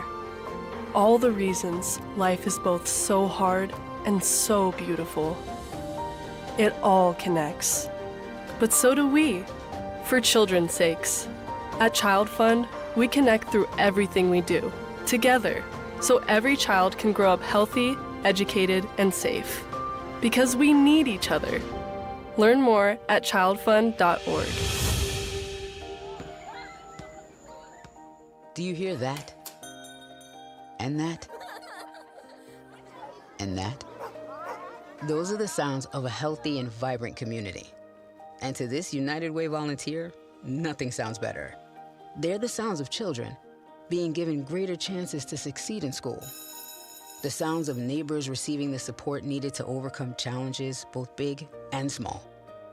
They're the sounds of families gaining access to quality health care and nutritious food for their tables. And they're the sounds of members of our community who've benefited from United Way's financial education programs. See, wherever there's a need in our communities, there's a United Way. People working together to respond and growing the good for everyone. United is the way. So join us by getting involved or giving back. Learn more at unitedway.org. And we're live here outside the Perez family home, just waiting for the... And there they go, almost on time this morning. Mom is coming out the front door strong with a double-arm kid carry. Looks like Dad has the bags. Daughter is bringing up the rear. Oh, but the diaper bag wasn't closed. Diapers and toys are everywhere. Ooh, but Mom has just nailed the perfect car seat buckle for the toddler. And now the eldest daughter, who looks to be about 9 or 10, has secured herself in the booster seat. Dad zips the bag closed, and they're off. But looks like Mom doesn't realize her coffee cup is still on the roof of the car. And there it goes! Oh, that's a shame. That mug was a fan favorite. Don't sweat the small stuff. Just nail the big stuff, like making sure your kids are buckled correctly in the right seat for their age and size. Learn more at nhtsa.gov/the right seat. Visit nhtsa.gov/the right seat. Brought to you by NHTSA and the Ad Council. My name is Erica. My son, Kason, is a patient at Shriners Children. My oldest called me and said Kason got burnt. The trauma doctor came in and said he needs to go to Shriners. His injury was a big injury, and I think a testament to the care that we provide. He's fully functional. He's riding his dirt bike, doing all of the things that you would want him to do. We're just so thankful that Kason is still here. Go online right now to loveshriners.org. Real talent is defined by what people can do, not where they learn to do it. So by stopping at the education section of a resume, you might throw away the perfect hire. Skills First Hiring helps you see talent others miss, like more than 70 million stars, skilled through alternative routes. Let their story unfold and gain a competitive advantage, because hiring managers who start with skills are 60% more likely to find a successful hire. Hire skills first. Learn why at tearthepaperceiling.org. Brought to you by Opportunity at Work and the Ad Council. A message from Joshua Jackson, actor and Fair Volunteer Ambassador. Food allergy is a serious, life-threatening disease that impacts over 33 million Americans. When your immune system sees certain food proteins as a threat, every bite matters. But here's the good news. There have been advancements in the treatment of food allergies, and with one voice, we can create better awareness. Because in the FAIR community, the disease doesn't own us. We own our journey. Talk to an allergist to understand your options. Visit foodallergy.org/empower to learn more. Our critically injured veterans and first responders are left behind every day because of inadequate wheelchairs. That's why Wheelchairs for Warriors is on a mission to serve America's heroes across the nation and provide them with custom-fit wheelchairs tailored to fit their needs, to ensure they're rejoining their lives at the highest level of independent mobility and function possible. From lightweight daily use chairs or adaptive sports chairs to all-terrain wheelchairs to get these warriors outdoors. Wheelchairs for Warriors serves those who served us. To join their mission, visit their website at wheelchairsforwarriors.org. Hafaday, Guam! The Guam Hotel and Restaurant Association invites you to the Fair Trade Show, Guam's premier hospitality and food service event. Join us August 19th and 20th at the Hyatt Regency Guam from 8 a.m. to 5 p.m. Experience hands-on training sessions and exciting culinary competitions featuring professionals, apprentices, and pastry talent. Discover new products, connect with suppliers, and celebrate Guam's hospitality industry. Don't miss Fair 2026. Visit GHRA.org for details. Always here to help you. This island is our home. Through the years, we've been a friend to the neighbors we have known. Now we're banking on the future. Services to choose. Bank Pacific, where others put branches, we place roots. The views and opinions expressed on this program are those of the show hosts, guests, and callers, and do not necessarily reflect the views of the staff or management of Wave 105.1 FM, Glimpses Media, or our partners. We strive to provide quality, respectful, and engaging content, and we welcome you to participate in the conversation. Thank you for tuning in to Wave 105.1 FM. Enjoy the show. Real conversations, real issues, real Guam. This is Wave 105, the talk of Guam.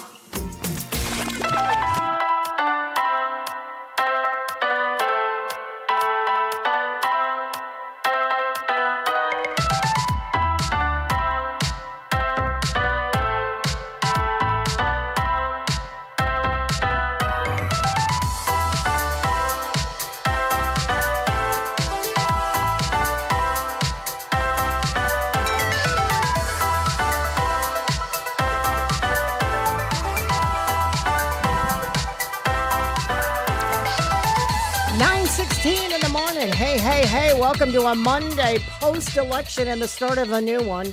The general election coming up in November, so we're sort of, again, like I said, licking the wounds. It's summer.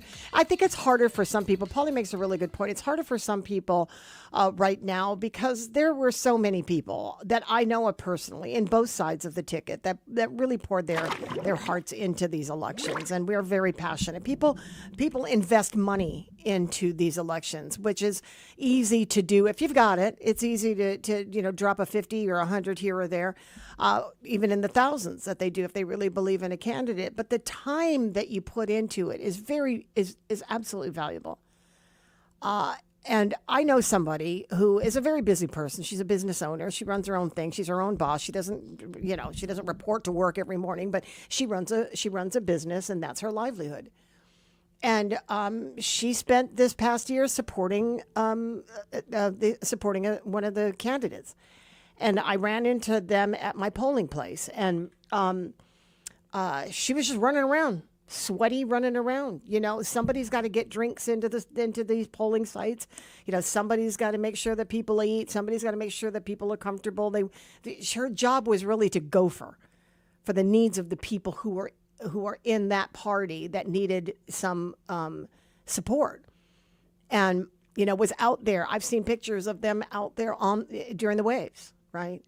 And on top of that, you also seen people, I know people in these campaigns, and for the Tenorio campaign, and definitely for Frank Blas and Mary Okada, you are seeing that these are people who currently have jobs and now will not. So what's the plan B, right? Maybe they didn't expect that they weren't going to make it all the way through and still have a job in government. Don't forget that now we have left unemployed to come November. I mean, come January, a lot of people who left office in order to run. And that's a lot of stock that you put into wanting to run for elective office and then not having a job once it's all over. I'm pretty sure when the decisions are made about running for office, you don't stop to not think that there is a possibility you're going to lose. And if you don't, what's your backup plan? How are you going to pay the mortgage, and how are you going to, or are you going to retire if that's the case? And then or when you're in office and you're not going to be in office anymore. Like I said, there's a big chunk of those who are no longer going to be in office. Sabina Paris is not going to be in office. Therese Terlahi definitely. Of course, you got the speaker, the vice speaker, not going to be in office. You got Joe, who's currently sitting. He's not going to be in office. And they all did not, they all didn't make the cut. There's more that ran for, these folks that are leading these vacancies, but somebody in that senatorial race, I got to sneeze. Wait, one more. I think I'm allergic to myself. I sneeze only in here. Wait, one more. I'm good. So they're all going to be without. Am I worried about their next income? No, none of my business, and I'm pretty sure that they'll be fine. But they're going to have to move into some opportunities that present themselves when they are elected leaders, especially in the private sector. We're in the middle of a buildup, and all of these guys have been part of the buildup. Maybe there's opportunities for them in the private sector where their expertise in government will net them quite a bit of money in the private sector by contractors who need the best advice they can get from government on the best way to survive being a contractor in Guam or any other part of the military buildup where they need the expertise. So I'm not worried about any of them finding a job necessarily. It's just that they are out of one. They will definitely be out of one. So, there's that part of it, but there's like 15 people that are vying for any one of those seats. Every one of the people that are on these that are going to win that election are going to come from both parties, so they're not going to have a problem necessarily filling that job. Over the weekend, it was Saturday morning that I woke up to a release out of the Guam Fire Department that there had been a single car accident that took place in Talifofu. And that was really tough to watch because the description of what happened was really tough, that you wake up on a Saturday morning and definitely no one expects that you're going to wake up to the news that one of your loved ones. It was at Friday night. Let's see, when did this come out? Friday night. I'm sorry. This was Saturday early morning, 5:19. This is the first one that came over on Saturday morning. Units responded to Route 4A near Rancho Camacho for a reported motor vehicle collision involving a utility pole. And description of these people, 5 people being in this car. And we see what the damage that the car suffered having slammed into a utility pole. But 4 people, 1 adult, 3 adult females, all serious injuries. 1 patient was found, they say, incompatible with life. There it goes. Yeah. I just have a problem. Just you know what I mean? Somebody succumbed to their injuries. I mean, incompatible with life. Just say it. It's dead. Yeah. Right. And a second person also receiving medical care. They were not able to save that person's life. A third one, they were doing CPR, performing CPR on the way to the Naval Hospital, as well as a fourth patient who was an adult male, also to Naval Hospital, CPR in progress. I don't know what the status is of those patients as well, but it's a horrendous situation to wake up to early in the morning, Saturday morning, hearing that. And then another person passed away. This is on Saturday night there, just before midnight. An e-bike and a car on Route 16 collided in Barragata. And the person on the bike was an adult, 60 years old, and he also died.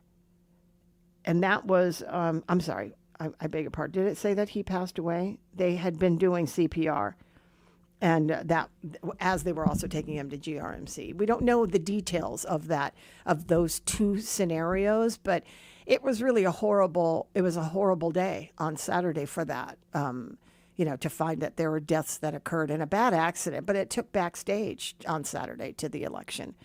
And that's unfortunate. I sent it to all my family members because, there's just nothing worse than waking up and then seeing, that kind of news, and it's difficult to swallow. No matter who it is, it's difficult to swallow that something like that had happened on Saturday morning and then on Saturday night. 9:24 in the morning. Here we are, just trying to get through this week. If you're a kid that's got to go to school, maybe you're not listening to the radio. Maybe you're still in bed, but enjoy it. Are you doing anything to ease the blow of the kids having to wake up on? Some people start in making them wake up early in the morning already, as if they're going to school. That's going to be fun. Parents, good luck to you guys. No That's where I'm at. Yeah. Good luck, parents. Good luck, bus drivers. Yeah, good luck to you. And this would be also the last day of the month. The last week where you should go out and start procuring your supplies and getting those uniforms all straightened out, because it's a big week. And I gotta say, everywhere, I don't know if you noticed this. Well, you were out all over the place driving on Saturday, but while you were taking the tours of the precincts and polling sites, I was just trying to navigate getting into a store. Trying to get into a store. Saturday was just, I had to drop somebody off at GPO and just kind of wait for them. Okay. While they did what they had to do. I said, I'll just wait in the car. Oh my gosh.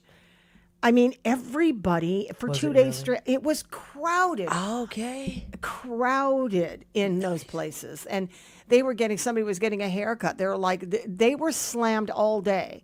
That by the time 8 o'clock rolled around, it was an hour before they were supposed to close. They decided to keep that they're just closing because they were cutting so much hair during the day. So this is the weekend where the kids were getting the new haircuts and they're picking up all their supplies. They're trying. People apparently had a little money to throw around because there were God, what's the word I'm looking for? I never get one. That's why I don't know what it is. Oh, refunds. Oh, okay. There were people getting refund checks. So there's millions of dollars that went out there that people could use. So there's that.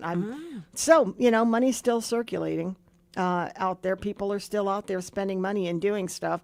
So good on you for anybody who has a little bit of extra cash in your pocket. Now that the kids are out of school, I mean, going back to school, you're going to have to use a lot of that just in order to get the stuff that they need for classes. I just can't. I really wonder what the going rate is or the going price is total for the kinds of things that kids need. With the price of all of these goods having gone up, I think that there are a lot of parents that are just really trying hard not to take a look at the sticker shock that's out there for school supplies. And these stores take full advantage of this audience. It's a built-in audience. They are consumers that need these products. So anybody who's selling a sheet of paper and a pencil is really going to up the game, because these kids will, and their parents, they come from the idea that if you do this, your kid's going to be smarter. If that $60 backpack is going to make my kid a better student, then you invest in the backpack, and then you pray for the best. That you hope that the $60 backpack actually made their IQ go up. Or the most expensive shoe. And you're doing this in good faith. The kid just doesn't always do their part, right? Like study. And then you know that you've just blown, $600 on the fit, and you got nothing in return, and all I had to do was just study. Tenjo joins us all the way from the South. Good morning. How are you, sir? Good morning. I was watching the result at UGO night at 2 o'clock a.m. Mm-hmm. Yeah. Now it's the ladies against the gentleman. Sorry. Hello? Yeah, I'm here. Sorry, I was sneezing. Yeah, it's a two female team. I mean, a one female team. The ladies against the gentleman. Well, only reason like they usually say, ladies and gentlemen, can I have your attention, please? I would only think that, the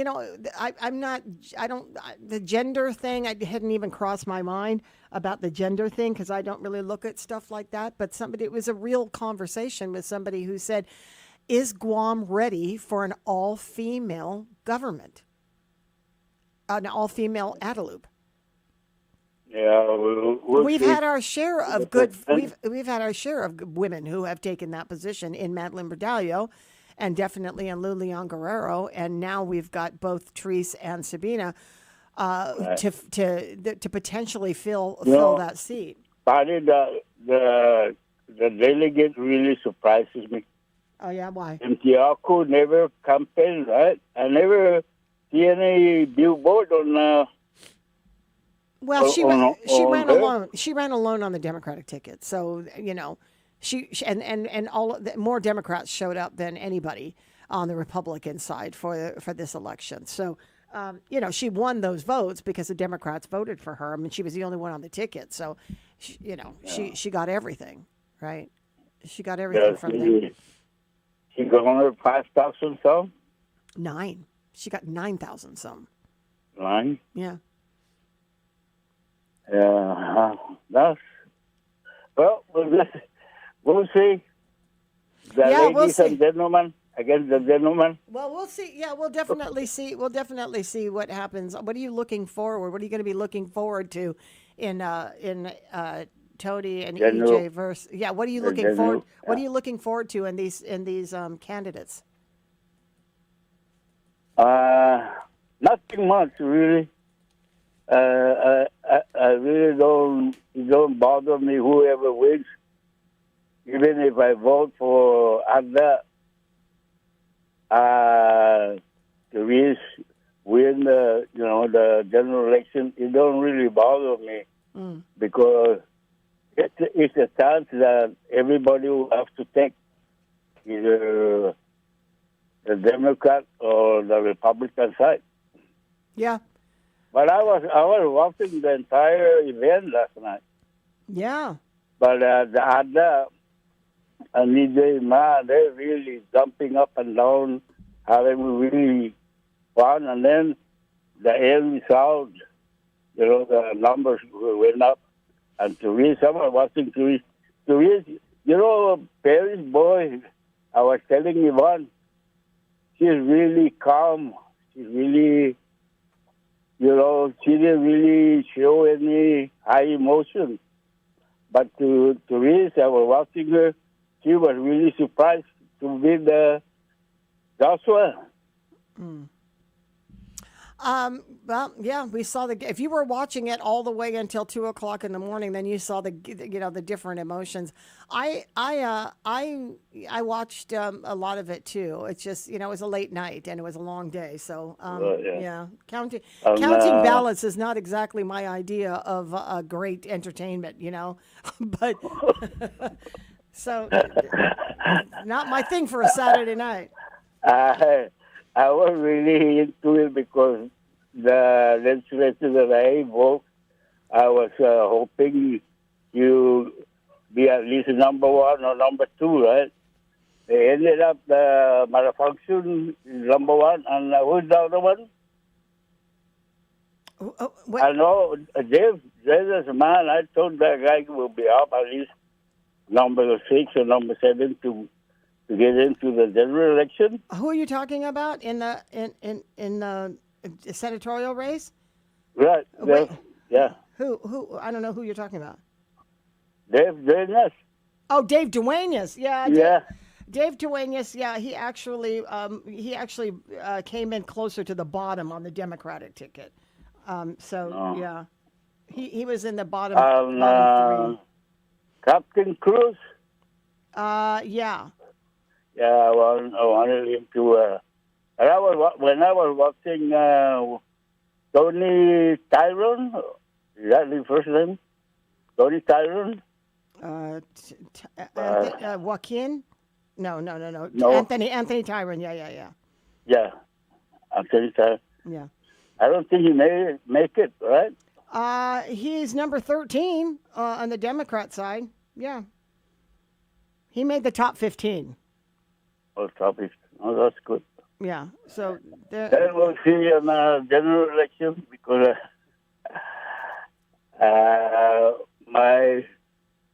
the one that I just mentioned, those are the ones I'll be voting. Okay. Captain Cruz, is he part of the top? He's number 15. He just made it inside the bubble. Right? Yeah, he just made it inside the bubble at number 15. Okay. Yeah. That's good. Okay. All right. Well, good. Good luck to you. Listen carefully. When you're out there. Okay. All right. Okay, fellas. All right. Take good care. Bottom of the hour. Let's go ahead and take that break. Be right back.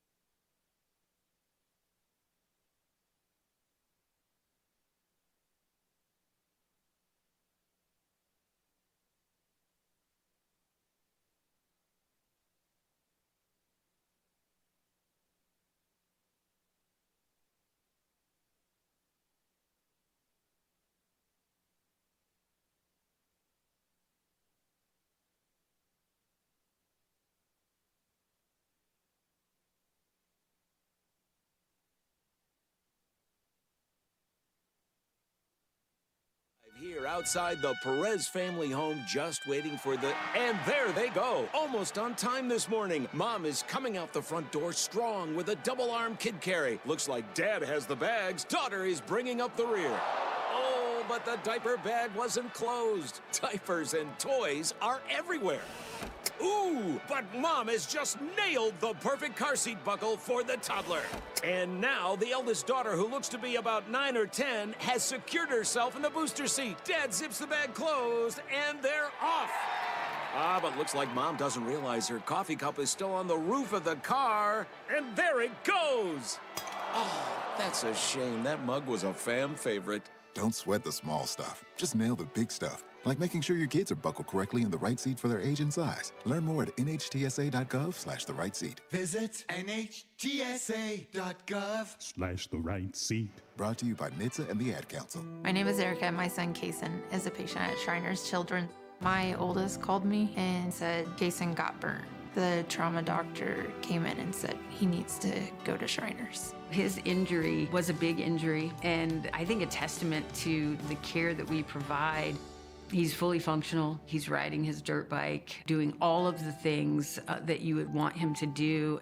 We're just so thankful that Kason is still here. Go online right now to loveshriners.org. Real talent is defined by what people can do, not where they learn to do it. So by stopping at the education section of a resume, you might throw away the perfect hire. Skills First Hiring helps you see talent others miss, like more than 70 million stars, skilled through alternative routes. Let their story unfold and gain a competitive advantage, because hiring managers who start with skills are 60% more likely to find a successful hire. Hire skills first. Learn why at tearthepaperceiling.org. Brought to you by Opportunity at Work and the Ad Council. A message from Joshua Jackson, actor and Fair Volunteer Ambassador. Food allergy is a serious, life-threatening disease that impacts over 33 million Americans.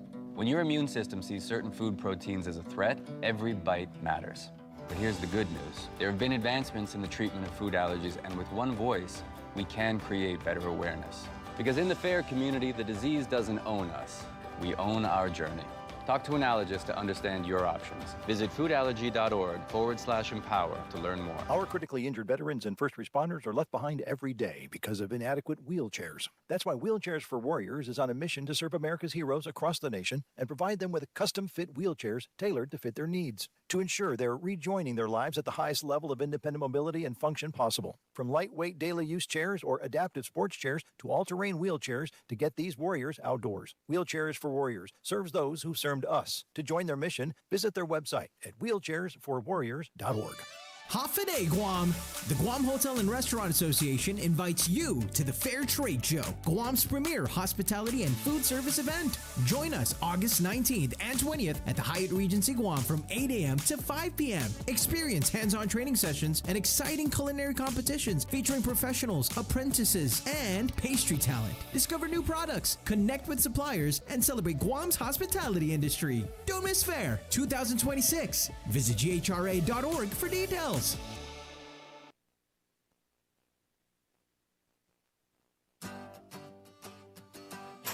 Always here to help you. This island is our home. Through the years, we've been a friend to the neighbors we have known. Now we're banking on the future. More services to choose. Bank Pacific, where others put branches, we place roots.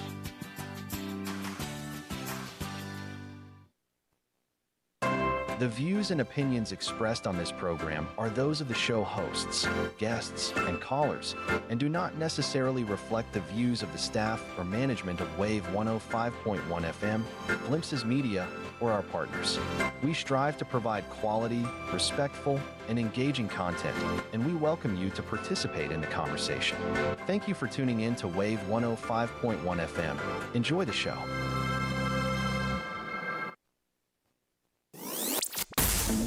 Real conversations, real issues, real Guam. This is Wave 105, the talk of Guam.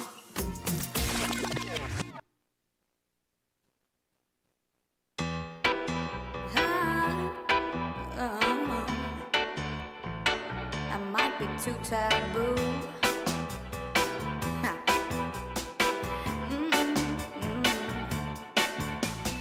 I have tried to be a girl with good intentions, proud to speak my heart without any pretensions. My words will never ever leave you in doubt. I don't see what all the fuss is about. Did I say something I shouldn't have? 9:41. The big parties were actually at these camps where either they were going to their individual camps to celebrate with their supporters. That was always. I've never been to a watch party. Hey, those are fun. I've never been to one, and I never been. Maybe back in the day Okay. Maybe None back in the- recently. None recently then. God, not as an adult, no. Okay, I see. But I think I did when I was covering news back in the day, like in the 70s when I was covering news. But certainly not since I've been back on Guam for the past 32 years. I've not been to ever, but I've always been in the media. So I hadn't been a working reporter on the scene. So I never really was. Everyone's a psychic at the watch parties. Oh, are they? Everyone's a well, psychic. that's good. You know, I called it. I knew it. Yeah, that's probably what All of a sudden, okay. I ended up like it was a quiet afternoon after having gone to vote, and then talking about our votes when we were at the lunch table. We went to lunch afterwards, and then I think everybody just sort of settled in for the day, right? And no, I did at least. I settled in for the day, and I actually fell asleep pretty early. What? I did. I fell asleep around the times that the polls were closing. Good Lord. Yeah, I mean, there's nothing to see here, right? I got you. There's nothing to see here. So I ended up watching, the parts and social media and all the other places where you can catch it, and there was a lot of coverage, that's for sure. So I had no problem finding a place to get the coverage, but. The all of the pictures from inside, the video from inside, you just see people are just celebrating and they're keeping up the good. I'm just glad it didn't happen like that one election. It was Eddie Calvo when he and Ray Tenorio won that term, and it was like 6:00 in the morning. That was painful. That was absolutely painful because they had to wait so long for it. And when they come in like that, it's so annoying because people are like it's a state of like high energy and high attention, right? So that by the time it's like running a marathon. When you're done, you're just like collapsed. But people keeping up, especially right after the polls close. There's a lot of hope going on. It's 9:00 at night. People have a long day. It's time to sit, watch the results, and then celebrate if you can. And after a while, you start to see people go home when it looks like the numbers aren't working in their favor. But amped up, you get your third, fourth wind, right? In events like that, because you have to keep the energy up on one point. I mean, not one point, all throughout the night. You have to keep your supporters ready, right? And still hyped until your candidate comes in. All right, here comes Tony. Hey, Tony. Good morning. What's up, Patty? This is your brother, Big Tone, on the microphone. Oh, hi, Tony. How you doing, man? Pretty good. How you doing there? It's beautiful. I'm good. It's nice to hear from you. What's up, man? Yeah, it's been a long time. Anyway, so during the time of the primary, I noticed something. I sent it to your WhatsApp group, a picture. Oh, okay. Wait. Yeah, I did actually get that. And I hadn't responded to that, did I? Okay. Yeah. Is that for real? That was for real. Oh, did you go down and get a beer? No, because I was working at the election. Oh, okay. So it was good time, you said, was running a promotion to show your I voted sticker and come and get a Bud product for a penny. Correct. Right, and so did the bit. So that was not posted on Instagram. Maybe, a lot of us don't drink and stuff like that. Maybe we're out of that stage already. Mm-hmm. But instead of that, I mean, these stickers that were made by the public schools, mm-hmm. right? And they are beautiful stickers anyways. Yeah. And these are stickers given out by the Guam Election Committee. I know it passed already. I mean, school's starting up already.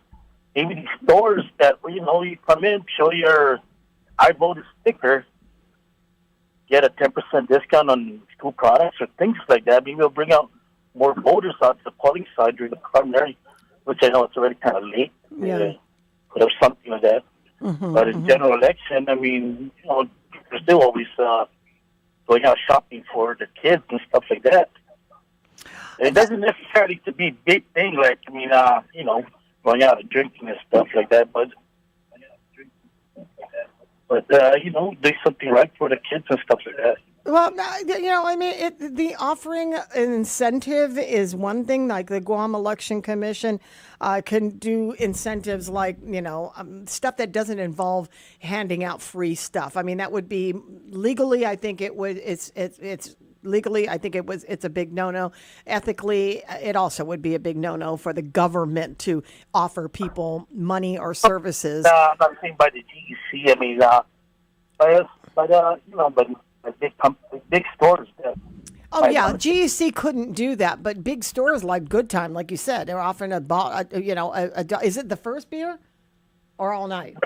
Was it the first beer or all night? Was it the first beer? Oh, the first beer. Okay, all right.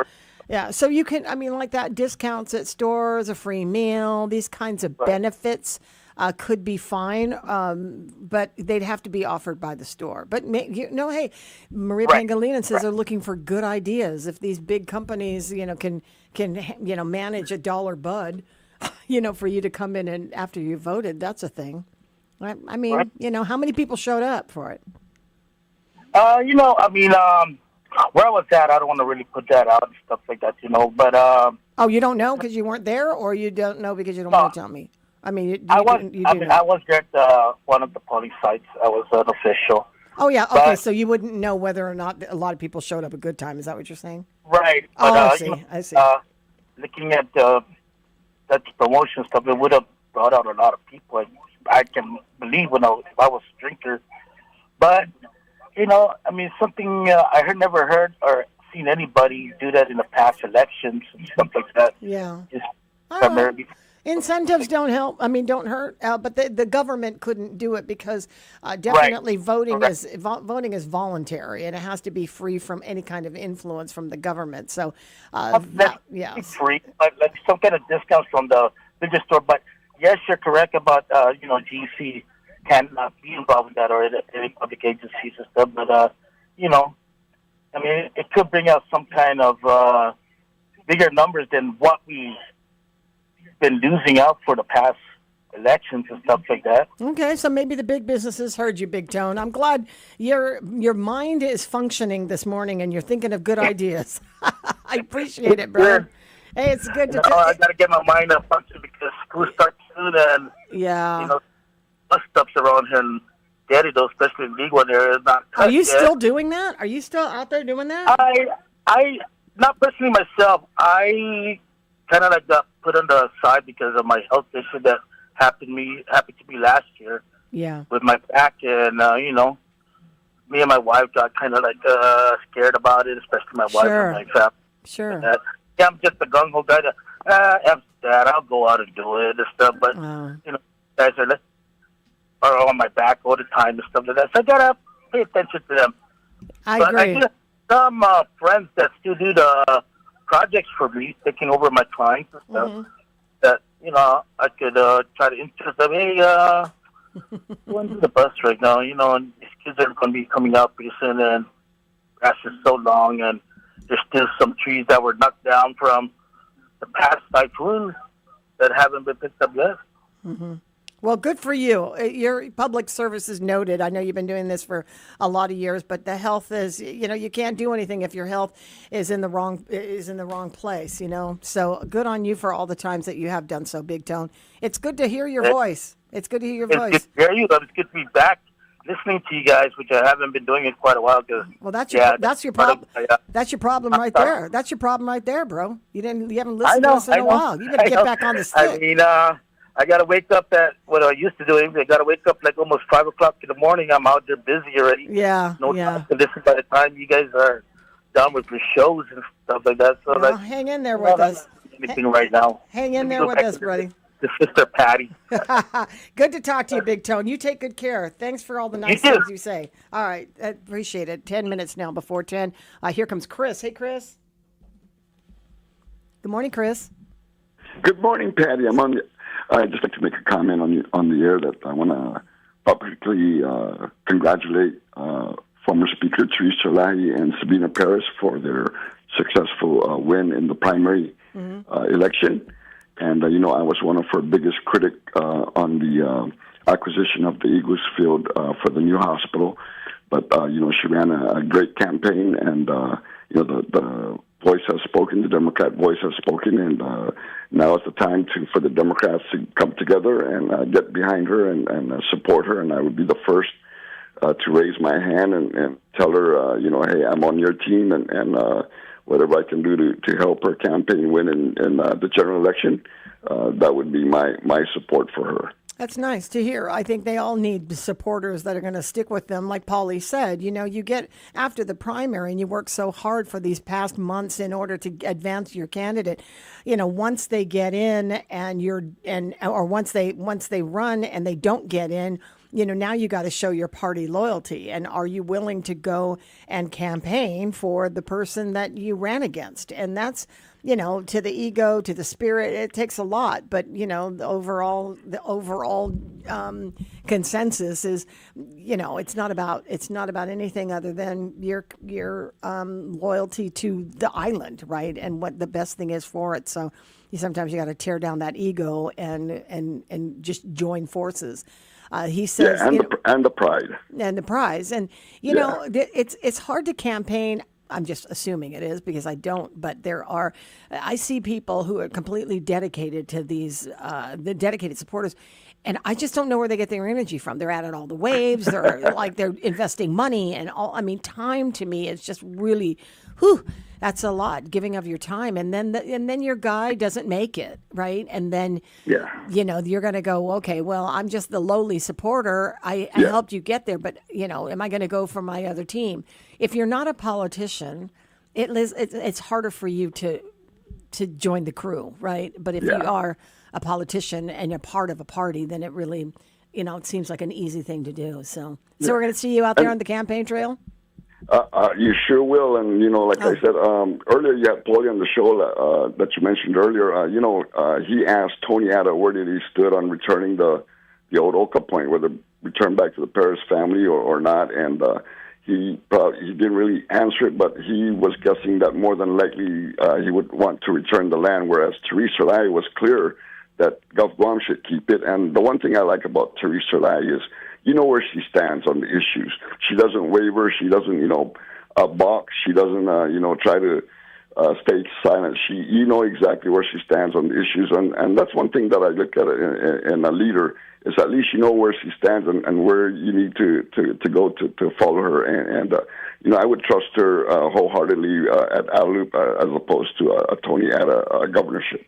Somebody was asking the other day, or saying the other day, and it was a woman who said this to me, I don't think that Guam is ready for a all-female Adelup. How do you feel about that part?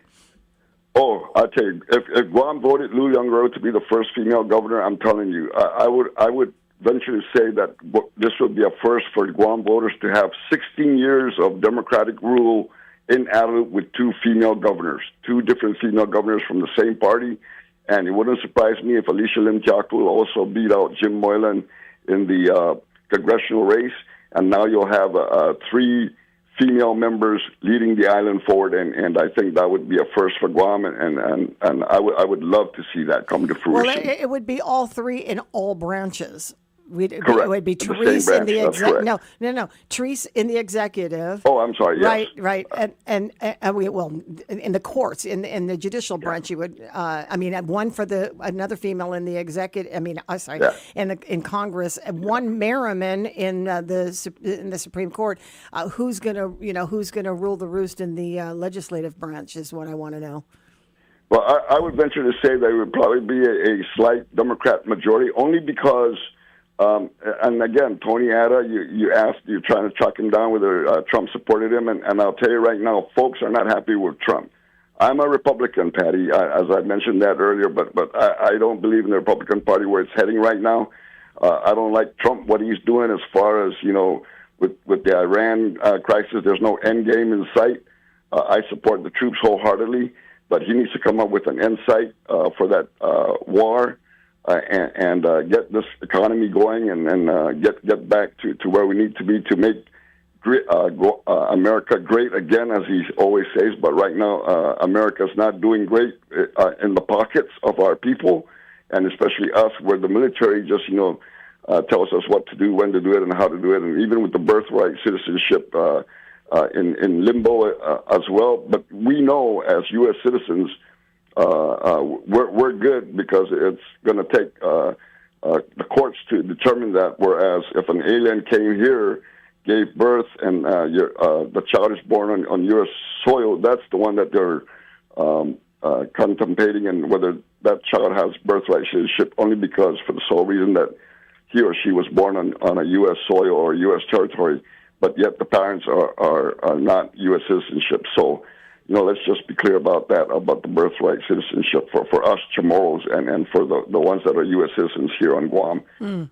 Yeah, absolutely. In addition to deep sea mining, I did ask Ad about that. He said he did not directly get an endorsement from the president, and that he intends to go off to the mainland to work with with Congress and the administration, in becoming the governor. Listen, I got one last call I got to hit before we get out, but I appreciate thanks, it. Patty. All right, Chris, have a good Have day. a great day. Mr. Duenas is the last call on this matter. Good morning, sir. The last call on this. You can turn down your radio if you can, will, Turn please. on your radio. Turn it off, sir. Turn it off. Thank you. Turn it off, sir. Turn it off. There you go, Patty. There I am. Mr. Duenas from Minalahan. Yes, of course. Congratulations to those people that make it in, Mm-hmm. including those senators. But for me, Patty, I am a Democrat, an honest Democrat. But for now, I'm just going to kick back until somebody come up to me and talk to me. That's how I give my vote out. But for now, I'm just going to kick back and see who will be the best choice for me. Yeah, and yes, the things that I say out on the air, they still stick into my heart. I still love Josh and Tina, and I'm a diehard for them. But in the Democratic Party, as a Democrat, we did our job in Inalahan. I am proud that we show that Josh and Tina carry Inalahan. I'll stick with that. But whoever is the party that make it in, come to Mr. Duenas. Let's talk big time. All right, that's fair and enough. that's the only way I could support them. God bless them. God bless all the winners, and I'm praying for all of you. So just Mousy Patty, in closing, I'll never forget, you're still the one. I figured that was coming. Thank you, Mr. Duenas. I appreciate that. Have a wonderful day. Hey, if you want Mr. Duenas' votes from Inalahan, you need to go to his house, because that's some old school way of politicking for sure. We're about ready to move on to the next thing. I'm assuming there's a status quo coming into the studio, so I'm always going to assume that there's another show behind me. Otherwise, 2 o'clock this afternoon, find Paulie. He'll be on his radio from 2 until 6 o'clock, and Dice across the yard. She's at the Power 98. It's 10 o'clock in the morning here for Mornings with Patty. I'm Patty. I'm Dice. KGUM-FM and Daddy Do Guam. Have a great day, everybody. We'll see you tomorrow. Thanks, Dice. Biba Guam. We're tapping into the sharp wit of classic American literature today to discover a legendary author's ultimate culinary obsession. Welcome to the National Day Spotlight for August 3rd. While vintage literary history usually associates legendary author Mark Twain with white suits and Mississippi riverboats, he harbored a fierce, lifelong culinary obsession for watermelon. Twain considered the sweet, crisp fruit to be the absolute pinnacle of luxury, completely prioritizing it over high-end restaurant delicacies during his extensive global travels. He famously immortalized his devotion in writing, declaring that to taste a truly perfect southern watermelon is to experience a direct indulgence that stands entirely apart from the mundane world. In his characteristically sharp wit, Twain concluded that the fruit is the chief of this world's luxuries, providing a distinct, heavenly flavor that allows mortals to know exactly what the angels eat. In case you haven't figured it out, today is National Watermelon Day. Do you suppose he dripped watermelon juice on those nice white suits when he ate it? You would have to have a bib, right? But bibs were pretty popular in that time of history, I guess. Some of the people I know still have bibs today. I don't know what you're talking about. We're also celebrating National Grab Some Nuts Day and National Hair Gloss Day. I'm Alice Anderson. And I'm Marlo Henderson with National Day Calendar, reminding you to celebrate every day. If you're looking for world-class website hosting at a fair price, Pair Networks is your best choice. Whether you're a professional web designer or a beginner just getting your site online, Pair Networks has a web hosting plan that's right for you. Log on and learn more at pair.com. That's PAIR.com. Pair Networks, world-class web hosting at a fair price. Visit us at pair.com. Pair Networks. Registering a domain name on the web? You should know about Pernick. Pernick offers .com names at a great price with quality service you expect. Because Pernick is powered by internet leader Pair Networks. Whether you need a domain name for business or personal use, Pernick is your best choice. Remember Pernick when you need a domain name. That's PAIRNIC.com. Pernick. The views and opinions expressed on this program are those of the show hosts, guests,